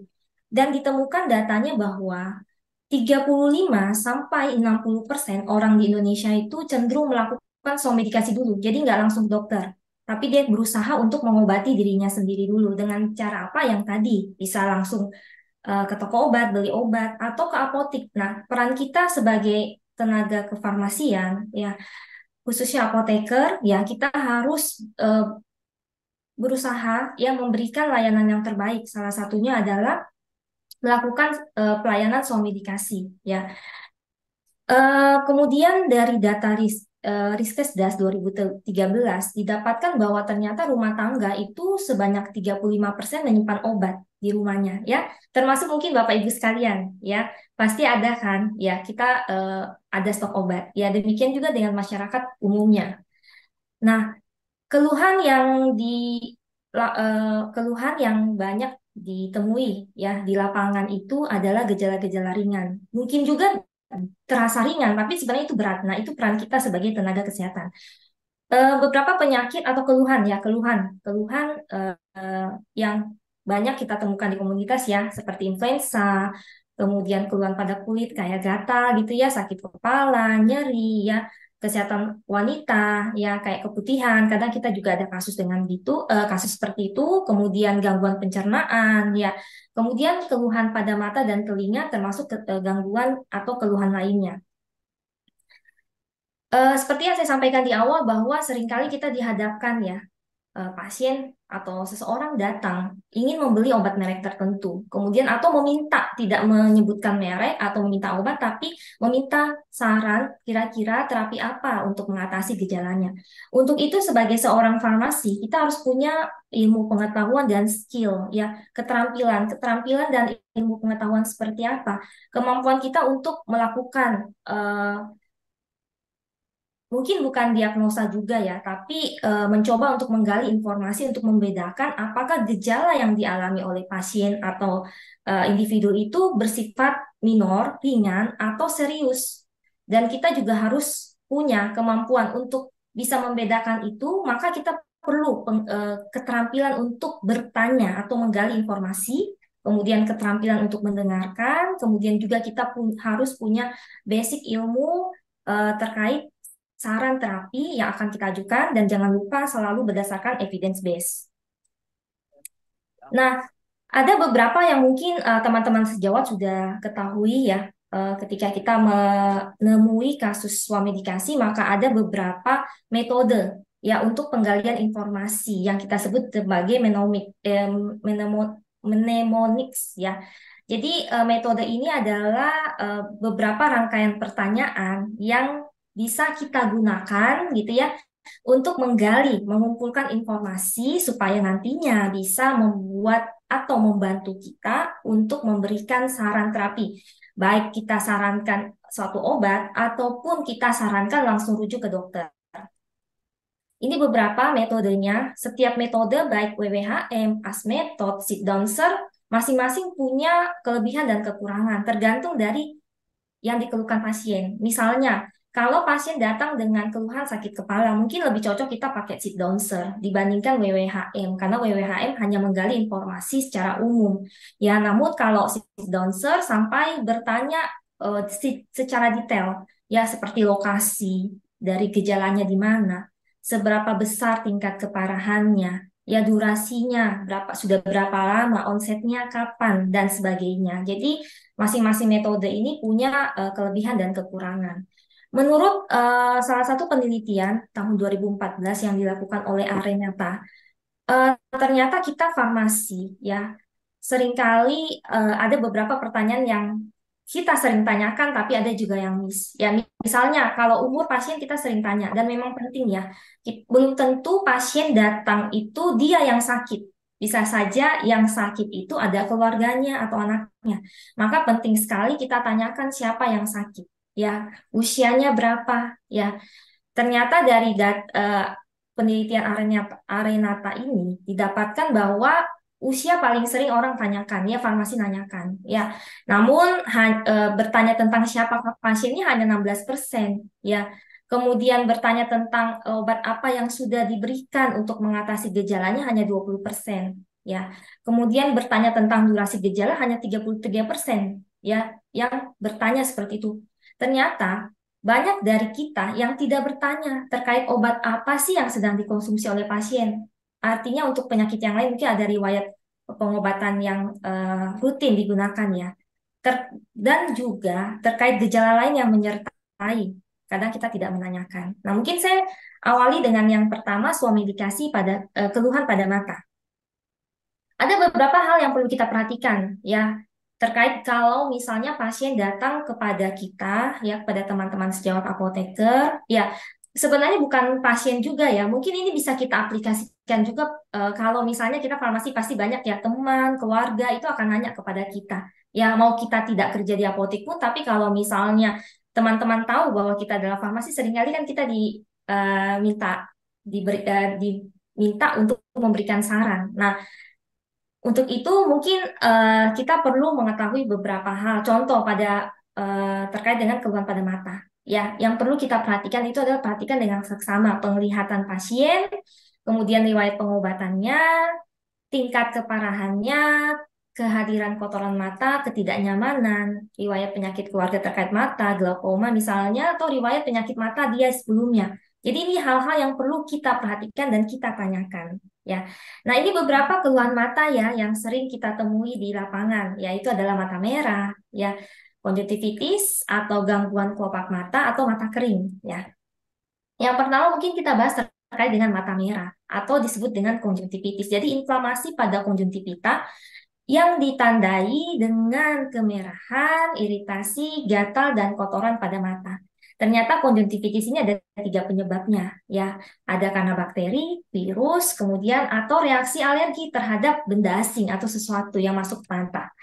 Nah, setiap 3 tanda, jadi semua penyebab ini pasti bentuknya mata merah. Namun mungkin kita bisa coba membedakannya, ya. Karena pasti terapinya juga akan beda, ya. Atau bisa juga kita tidak memberikan terapi, tapi kita akan rujuk ya ke dokter. Pertama terkait dengan yang disebabkan oleh bakteri ya. Kalau pada bakteri rata-rata baik virus dan bakteri maupun karena alergi ya terhadap suatu benda asing atau satu produk atau apa, keduanya merah. Namun kalau bakteri bisa saja di awal-awal 24 sampai 48 jam pertama itu hanya satu mata ya. Kemudian kalau bakteri biasanya ada kotoran matanya itu bentuknya perulen jadi agak kental gitu ya. Kalau virus sama alergi itu cenderung berair ya. Kemudian nyeri kalau disebabkan oleh bakteri itu perasaannya seperti berpasir ya. Demikian juga pada virus. Ya, kalau alergi itu biasanya disertai dengan rasa gatal, ya. Kemudian distribusi kemerahannya, kalau misalnya bakteri, virus sebenarnya seluruhnya, ya. Tapi kalau alergi kadang juga di sudut mata saja, gitu.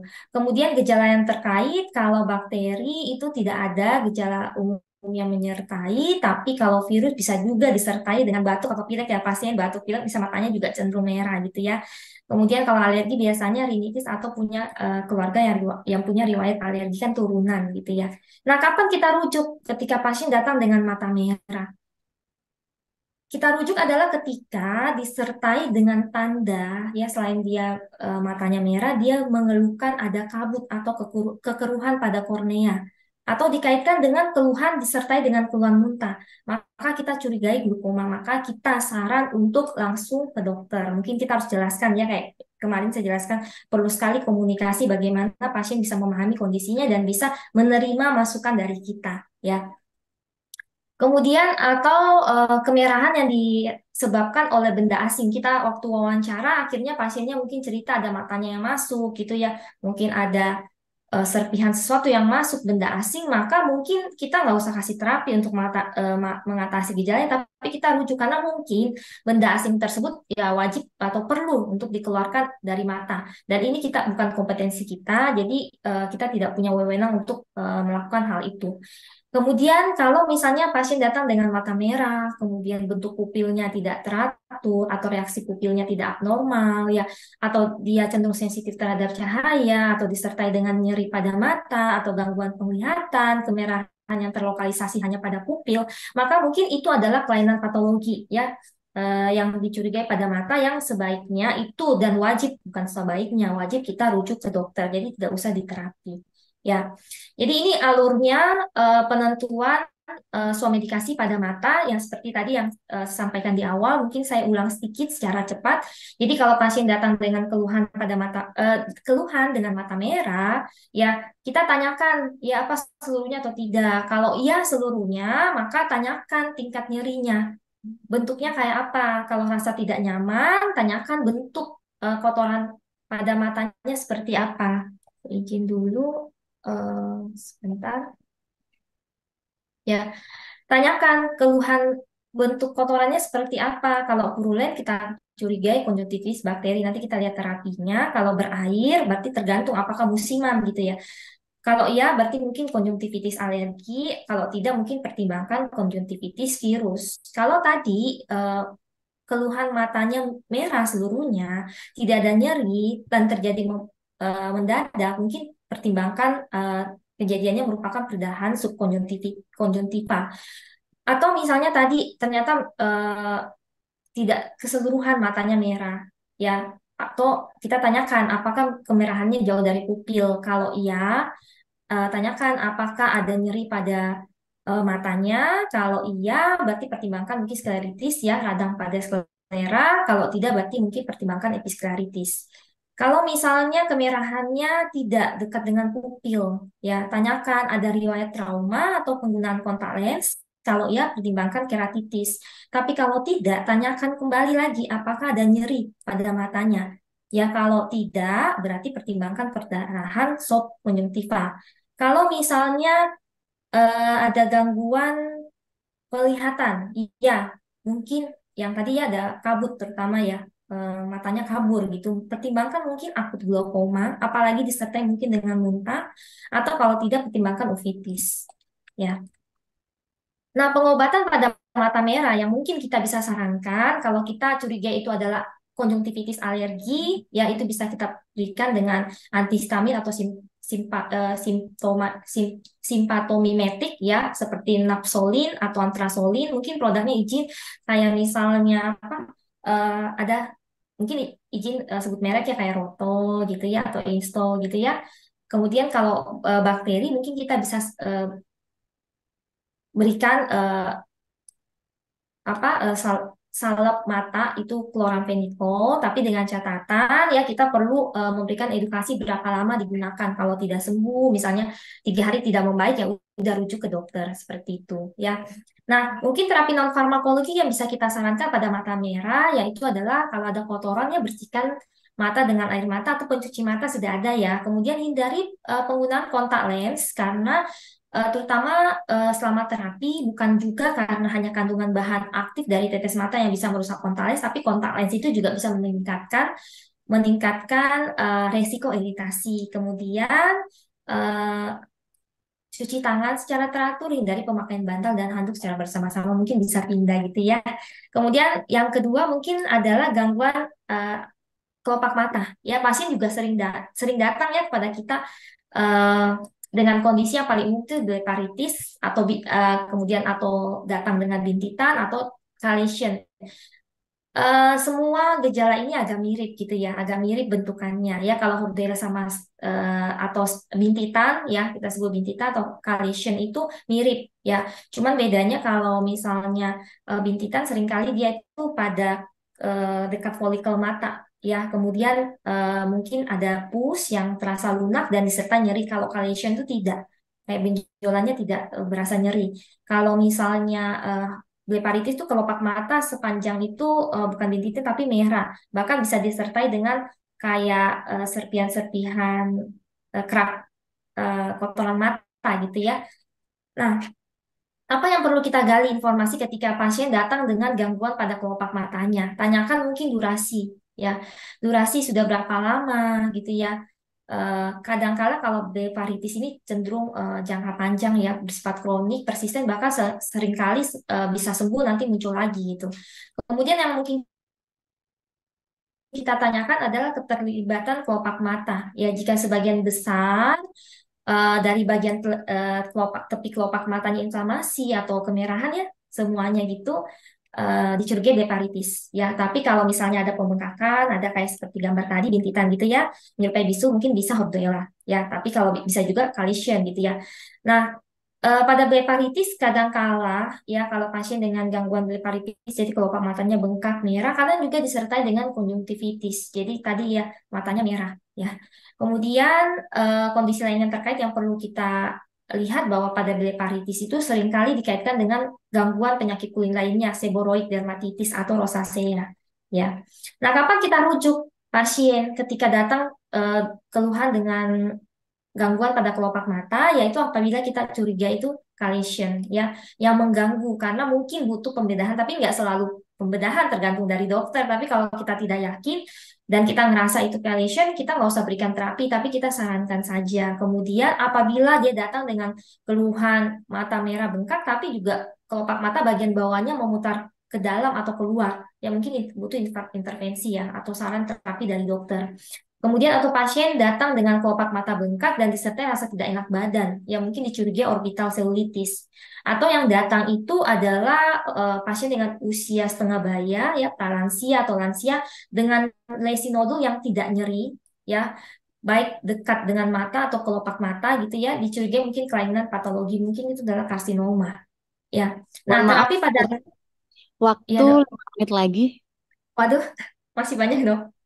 Ya, terapi untuk bleparitis itu ada kebersihan pada mata saya usahakan secara cepat. Jadi tidak ada eh, tidak ada terapi yang umum gitu ya. Kadang-kadang juga mungkin kalau kita curiga ada tanda infeksi Staphylococcus, mungkin kita bisa sarankan antibiotik topikal ya pada mata. Bisa mungkin kita pertimbangkan ya kayak oxytetracycline ya atau asalfusidat. Namun balik lagi ya kita harus lihat itu masuk OWA nggak, obat wajib apotik yang obat keras yang boleh diserahkan oleh apoteker dengan jumlah tertentu dan dengan pertimbangan tertentu ya. Kalau masuk boleh kita sarankan ya. Mungkin mata kering secara cepat ya pada seringkali juga pasien datang dengan mata kering dengan keluhan pada mata ya tidak nyaman gitu ya. Maka mungkin kita perlu beberapa klarifikasi pertanyaan. Apakah mata keringnya berlangsung setiap hari, persisten, atau sudah lebih dari 3 bulan? Apakah ada muncul sensasi berulang seperti berpasir, kerikil pada mata? Kalau misalnya pasien menjawab salah satu pertanyaan, mungkin diindikasikan dengan sindrom mata kering. Ya, ada sindrom mata kering pasti dikaitkan dengan volume atau komposisi air mata yang sudah berkurang gitu ya. Kemudian faktor memperberat mungkin adalah diperburuk oleh udara, debu atau merokok gitu ya. Kemudian gejala yang berkaitan itu normalnya tidak ada keluhan ya selain mata kering. Jadi matanya kering aja. Ya, namun kalau ada keluhan lain gitu ya perlu kita pertimbangkan misalnya selain mata kering dia merasa mulutnya kering ya. Ya mungkin dikaitkan dengan penggunaan obat ya misalnya obat-obat flu batuk gitu ya yang anti muskarinik atau golongan antikolinergik ya yang bisa membuat sekresi produksi air berkurang di dalam tubuh mungkin kita bisa pertimbangkan juga bahwa mungkin mata keringnya disebabkan karena juga penggunaan obat gitu ya.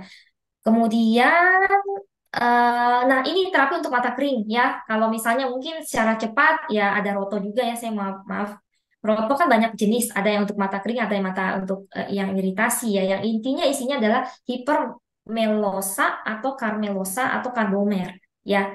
Atau Senfresh ya, mohon maaf nih sebut merek. Ya, kriteria kita rujuk adalah pasien Apabila datang dengan mata kering disertai dengan mulutnya kering atau membran mukosanya juga terasa kering, kita rujuk ke dokter. Atau kelopak mata bagian bawah mengarah keluar atau pasiennya berusia anak-anak, maka kita rujuk ke dokter. Nah, yang mungkin saya ingatkan bahwa jangan lupa teman-teman sejawat apoteker untuk kita selalu mengedukasi pasien tentang berapa lama dia boleh menyimpan obat tetes matanya ya, karena punya beyond-use date, masa expire ketika obat itu sudah dibuka, maka ada masa penggunaannya tidak sama dengan waktu expired date yang tertera pada kemasan. Kalau yang mini dose itu adalah 3 hari, kalau misalnya tetes atau salep mata itu bisa rata-rata boleh digunakan dalam waktu 1 bulan, kali ini dan sekian steril. Kemudian yang penting itu dari edukasi ya, ketika pasien menggunakan atau dokter ya memberikan saran terapi pemberian tetes mata misalnya 6 kali atau 1 kali 4 tetes ya, kita harus mengedukasi pasien bahwa harus memberi jeda antara satu tetes dengan tetes berikutnya ya, karena kenapa daya tampung dari mata kita atau cul-de-sac ini hanya 7-8 mili ya, atau kalau mata kita tidak berkedip ya, itu hanya bisa mengakomodasi 30 mikroliter cairan ya, dan hanya jika berkedip mata itu hanya bisa menahan 10 mikroliter, sedangkan satu tetes mata itu ya, satu tetes ya itu setara 25 sampai 50. Jadi kalau 4 tetes bisa 25 kali ini berarti 100 mili, sedangkan mata hanya bisa mengakomodir jika tidak berkedip 30, sedangkan jika berkedip hanya 10. Jadi banyak yang terbuang. Jadi jangan lupa kita memberikan edukasi kepada pasien ya, beri jeda ya antara waktu sekitar mungkin 3-5 menit antara tetes pertama dengan tetes berikutnya ya, atau antara obat mata yang satu dengan obat mata yang lainnya ya, tetesan berikutnya. Mungkin yang ini saya tidak menjelaskan karena mungkin saya yakin dan percaya teman-teman sudah sering melakukan. Nah, keluhan pada telinga yang sering itu adalah infaksi serumen ya, tersumbat karena kotoran atau otitis eksterna ya. Nah, yang perlu kita gali itu adalah gejala yang menyertai ya. Apakah ada gangguan pendengaran atau tidak ya? Mungkin kalau gangguan pendengaran biasanya karena penurunan ya, itu mungkin ada kotoran telinga yang menyumbat. Tapi belum tentu juga, kita harus tanyakan gejala yang lain. Apakah ada pusing atau telinga berdenging, karena ada indikasi mungkin ada gangguan pada telinga bagian dalam sehingga kita rujuk ke dokter ya. Karena kalau misalnya hanya infaksi atau sumbatan ya dari kotoran telinga, tidak akan ada telinga berdenging, vertigo atau nyeri. Kemudian tanyakan ada riwayat trauma enggak? Ya, mungkin sebelumnya sudah mencoba membersihkan telinga. Ya, ini yang bisa menyebabkan resiko infaksi kotoran telinga meningkat ya, cara pembersihan yang kurang baik gitu ya.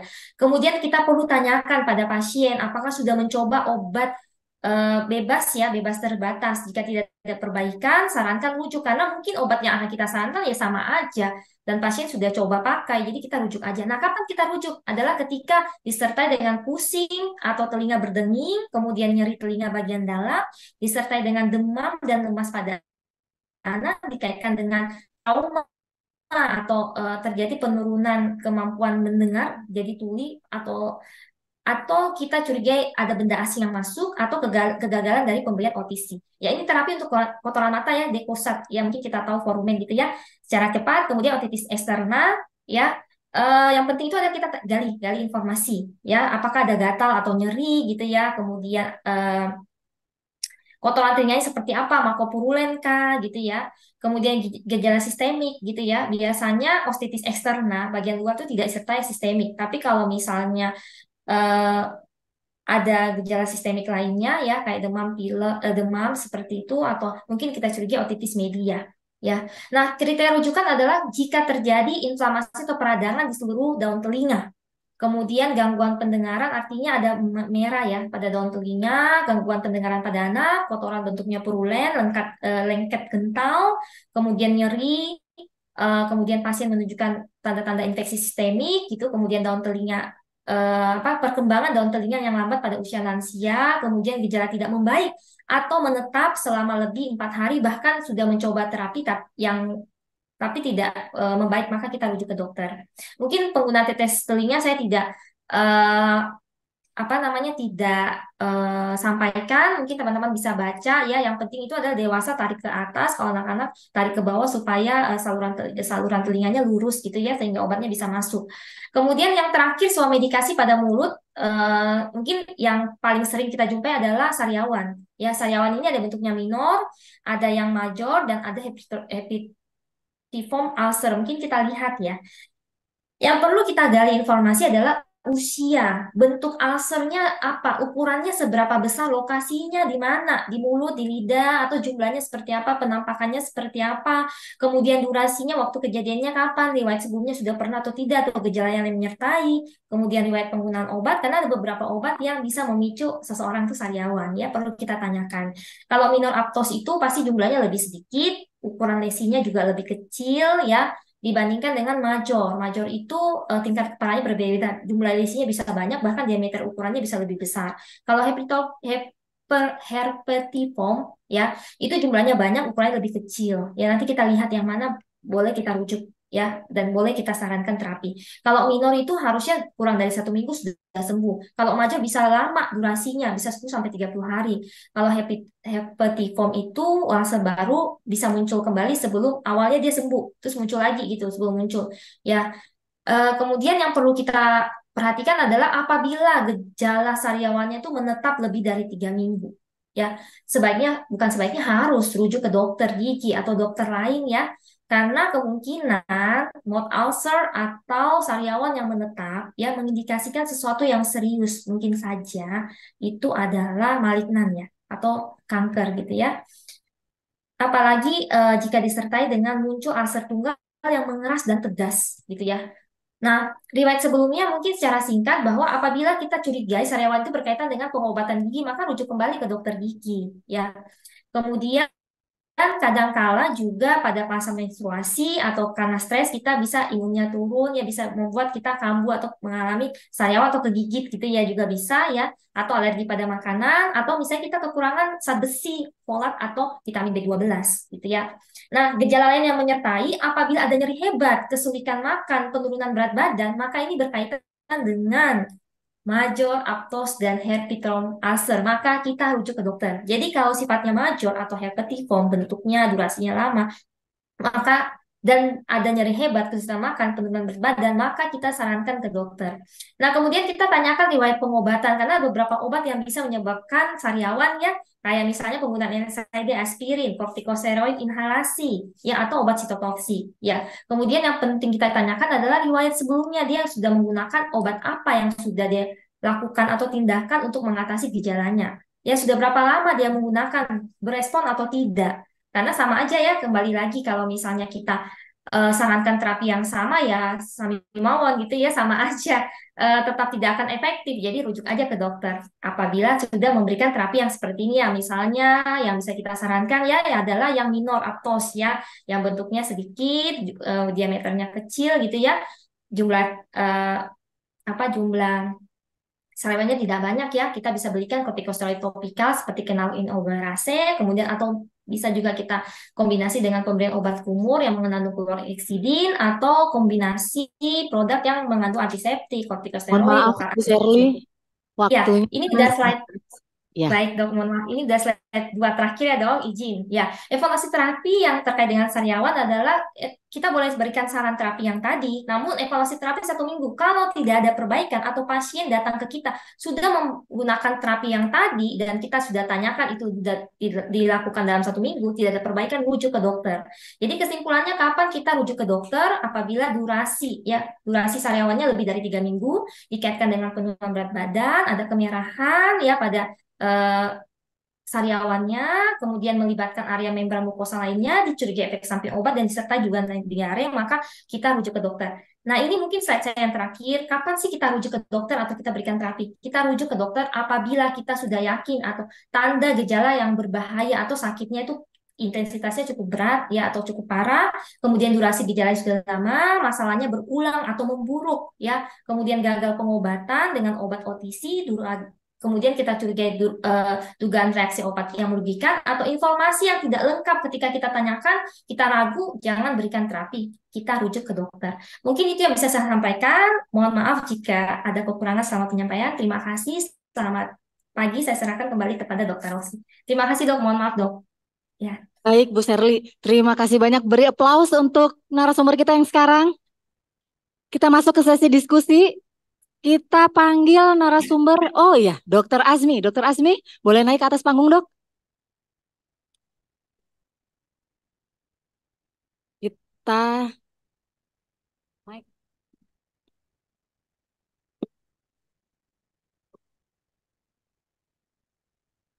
Kita sesi tanya jawab ini dengan dua penanya.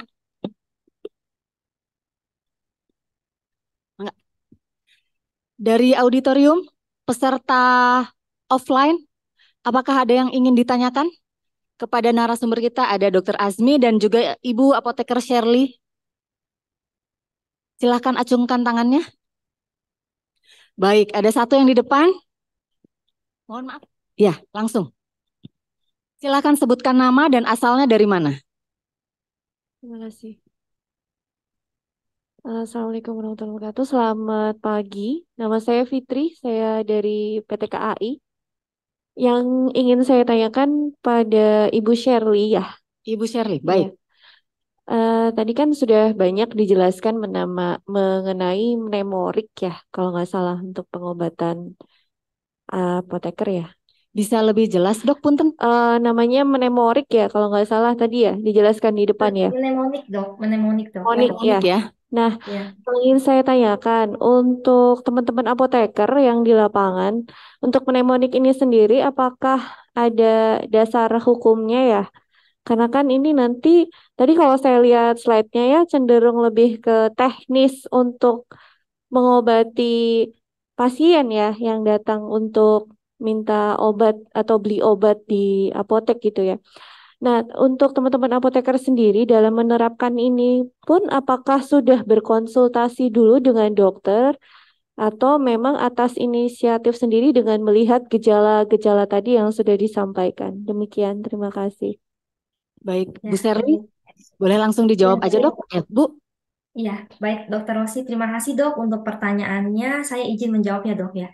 Memang sangat dilematis seperti yang saya sampaikan tadi ya dok ya. Seringkali pasien itu melakukan somedikasi, jadi dia datang langsung mau beli obat gitu.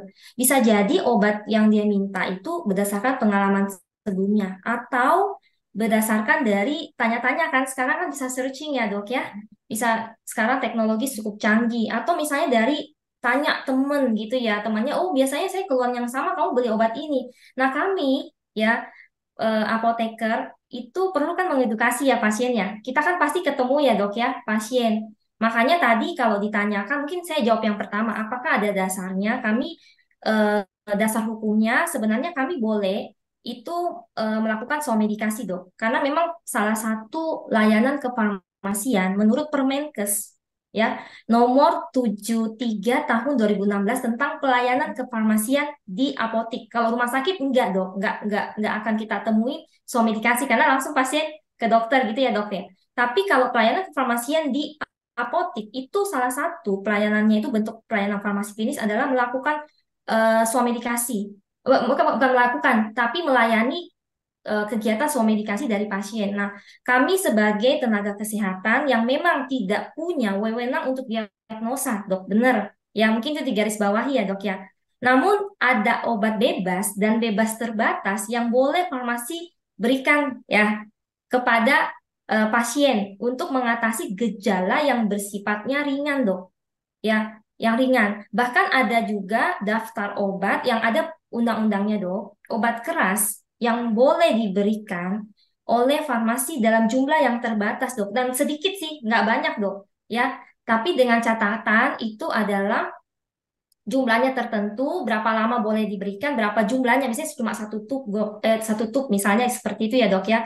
Mungkin itu yang mungkin saya jawab. Jadi ada dasarnya dok. Kami memang punya apa namanya aturan yang bisa mengatur kami boleh melakukan. Tapi dengan tanda kutip ya dok, sekali lagi ya. Kami mencoba ya menggali informasi ya kapan boleh kami berikan obatnya. Yang tadi sifatnya adalah obat bebas terbatas atau obat wajib apotik sifatnya keras tapi jumlahnya terbatas. Itu kami boleh. Tapi dengan catatan kita perlu penggalian informasi secara detail gitu.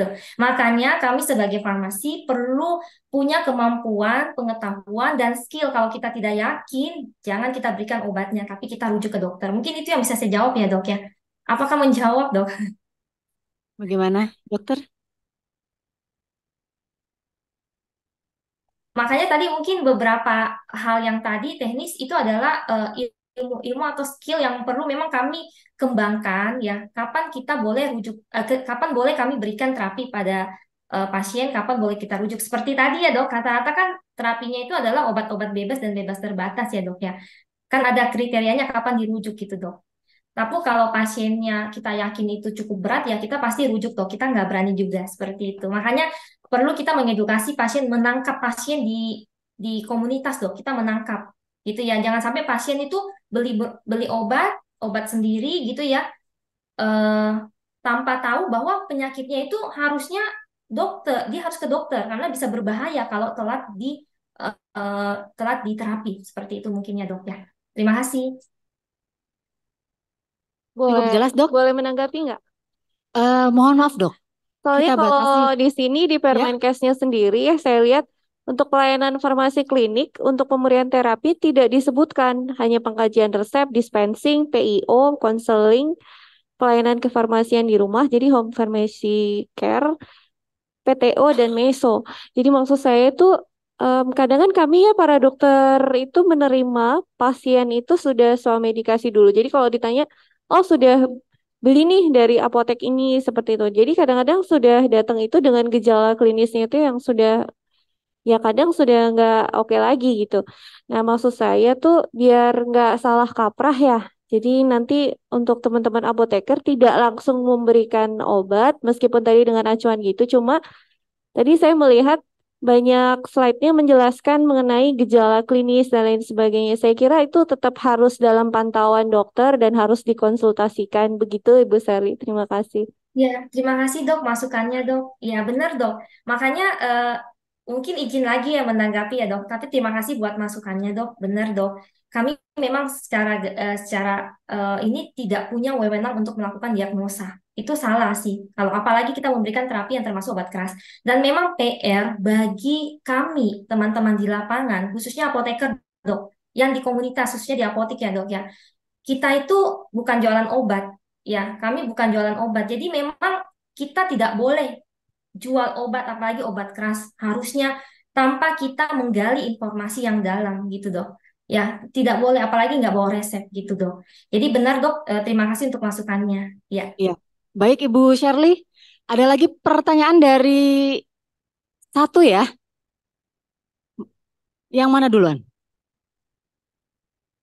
Yang Bapak dokter baju kotak-kotak putih?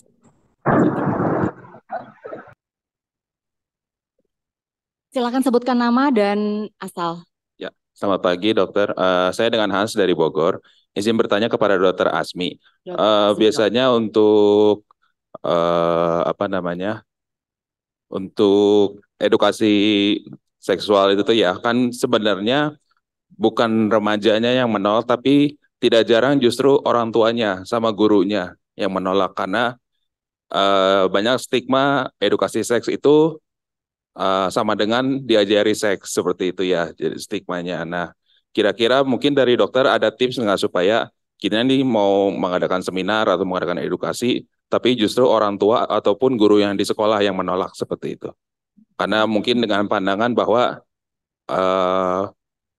kasarnya sih pengetahuan agama menyelesaikan semuanya seperti itu. Ya, terima kasih banyak dokter. Baik, silakan langsung dijawab dok. Ya, terima kasih dokter. Ya, betul sekali tadi. Mungkin untuk informasi itu sebagai tenaga kesehatan kita memang harus memberikan ke seluruh masyarakat. Berhubung tadi memang topiknya kan infeksi menular seksual pada remaja ya. Jadi sebenarnya untuk remaja itu sumbernya dari mana saja. Tapi kalau sesungguhnya itu kita memang harus mengedukasikan kepada seluruh masyarakat terkait infeksi menular seksual ini. Nah, yang tadi yang sudah disebutkan bahwa pointer terutama remaja untuk mendapatkan informasi seksual itu sebenarnya adalah orang tua. Nomor satunya adalah orang tua. Kenapa? Karena kalau misalnya dari teman itu mungkin bisa salah gitu. Kalau misalnya dari tenaga kesehatan pun itu tipsnya adalah memberikan penyuluhan, misalnya seperti setiap tahun ajaran baru SMA itu diberikan penyuluhan oleh dokter A di SMA atau di perkuliahan terkait infeksi menular seksual ini. Kenapa? Karena sebenarnya yang ditakutkan itu kalau IMS yang masih bisa disembuhkan itu eh, masih bisa kita pantau lah. Tapi kalau untuk HIV kan, karena kenapa? Karena IMS ini tidak semua penyakitnya itu bergejala. Ya, jadi pada saat berhubungan seksual pun, mohon maaf ya, misalnya pada saat berhubungan seksual, pengetahuannya nggak ada, padahal jelas di lawan hubungannya itu ada kutil, misalnya ada itu, dia nggak tahu, akhirnya karena pengetahuan dia, oh ternyata kalau dia berhubungan seksual lawan jenisnya ada kutil, takutnya itu kemungkinan menular seksual. Kan kalau dia tahu pengetahuannya tinggi terkait edukasi seksual itu, dia akan takut gitu. Nah, memang saran saya adalah kepada para dokter untuk yang tadi slide saya itu, bahwa tenaga kesehatan itu hanya 14% tahunya remaja itu dari tenaga kesehatan, dan mungkin memang belum ada survei dari masyarakat tuh tahu dari tenaga kesehatan berapa persen. Jadi memang kita sebagai garda terdepan untuk memberikan edukasi juga, selain dari orang tua, dari guru, dari pemuka agama itu terkait pengetahuan seksual baik bagi remaja maupun orang tua gitu. Jadi ya memang tadi yang disebutkan 37% remaja kalau di RSAS, ya sisanya memang orang tua. Cuman kalau orang tua mungkin sebenarnya sudah tahu, tapi tetap dilakukan gitu. Beda kalau remaja, kadang memang dia nggak tahu apa-apa gitu. Oh ternyata bisa gini, bisa gitu. Kalau orang tua tuh yang sudah di atas 40, setahu saya tuh, kalau saya wawancara kan selalu saya tanya, Bapak tahu nggak sih akibatnya bisa gini? Tahu. Terus kenapa dilakukan? Dilakukan. Ya namanya gini dok, katanya ya gitu. Tapi kalau remaja dia nggak tahu tuh HIV tuh bisa gimana. Kalau orang tua yang di atas 40 tahun biasanya dia udah tahu tuh HIV tuh bisa seperti apa. Cuman ya dia terbawa nafsu ya biasanya kayak gitu dok. Ya mungkin itu dok. Terima Cukup kasih. menjawab ya dok ya. Ini pun akan juga sama, beberapa pertanyaan di Zoom mungkin sudah terjawab. Pertanyaan mirip-mirip, siapakah yang berwenang untuk melakukan penyuluhan itu, IMS-nya ya. Dari ruang Zoom ada yang bertanya juga untuk Dokter Azmi dok. Dari Dokter Feni. Selamat pagi dokter, mohon pendapat dokter, bagaimana cara penyuluhan yang efektif pada remaja laki-laki, terutama pada komunitas LSL terkait IMS dan HIV, karena adanya peningkatan jumlah hubungan seks pada remaja laki-laki. Mangga. Baik. Terima kasih. Ya, kalau untuk LSL itu biasanya sepengalaman saya ya. Kalau secara teorinya itu nggak ada. Tapi sepengalaman saya biasanya mereka itu berkelompok. Ya, berkelompok. Jadi dia punya geng lah kasarnya, gengnya ini. Nah, biasanya memang hubungan seksualnya itu sudah sulit untuk kita apa ya, cegah ya, cegah secara tidak bisa berhubungan seksual. Karena secara HIV sendiri itu ada kita bilangnya ABCDE, abstinence, yaitu kita memberikan edukasinya bahwa sebisa mungkin tidak berhubungan seksual. A-nya itu. Yang B-nya itu be faithful. Oke, kalau misalnya kamu, jadi kalau misalnya datang nih dengan pasien datang dengan penyakit menular seksual, at least tapi dia belum HIV gitu. Saya biasanya mengingatkan bahwa kamu tuh beruntung loh, belum terkena HIV. Tapi kalau kamu kena HIV itu akan sulit bagi kamu. Jadi diedukasilah si ABCDE ini yang menurut saya efektif untuk kepada pasien, bahkan masyarakat sekalipun gitu. Dan yang tadi abstinen, yang B-nya itu be faithful. Jadi be faithful itu sebisa mungkin setia pada satu pasangan. Jadi kalau misalnya udah sama A, ya sama A. Walaupun yang tadi saya bilang dia sebenarnya kadang ngegeng gitu ya. Kadang keliling-keliling lah. Jadi tapi B itu be faithful. Yang C-nya itu kondom. Jadi pergunakan kondom. Yang D-nya adalah drugs. Jadi sebisa mungkin menghindari drugs karena itu akan meningkatkan perilaku seksual yang berisiko. Dan yang terakhir adalah E, education. Jadi semakin banyak tahu, semakin dia takut. Semakin tahu HIV itu bisa bagaimana, semakin tahu gonore itu bagaimana, sifilis itu bagaimana, dia akan semakin takut dan itu akan mengurangi aktivitas seksual yang berisiko. Nah, untuk edukasi sendiri, KLSL biasanya kita, kalau saya begitu ketemu satu lingkungan, itu kita tanya, kamu dapat dari mana? Habis itu, saya dapat dari ini, tolong panggil dia ke sini, begitu dia panggil sini, kamu dapat dari mana? Akhirnya kita bisa menjamah si satu lingkungan itu.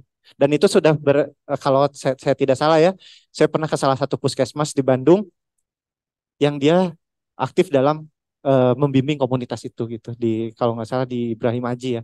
Jadi dia seluruh gengnya itu, komunitas itu dia bina baik yang sudah positif maupun yang belum positif untuk ke arah perilaku seksual yang tidak beresiko gitu. Ya mungkin itu. Semoga cukup menjawab untuk Dokter Feni dari ruang Zoom. Cukup baik. Karena keterbatasan waktu, terima kasih kepada narasumber kita yang telah hadir.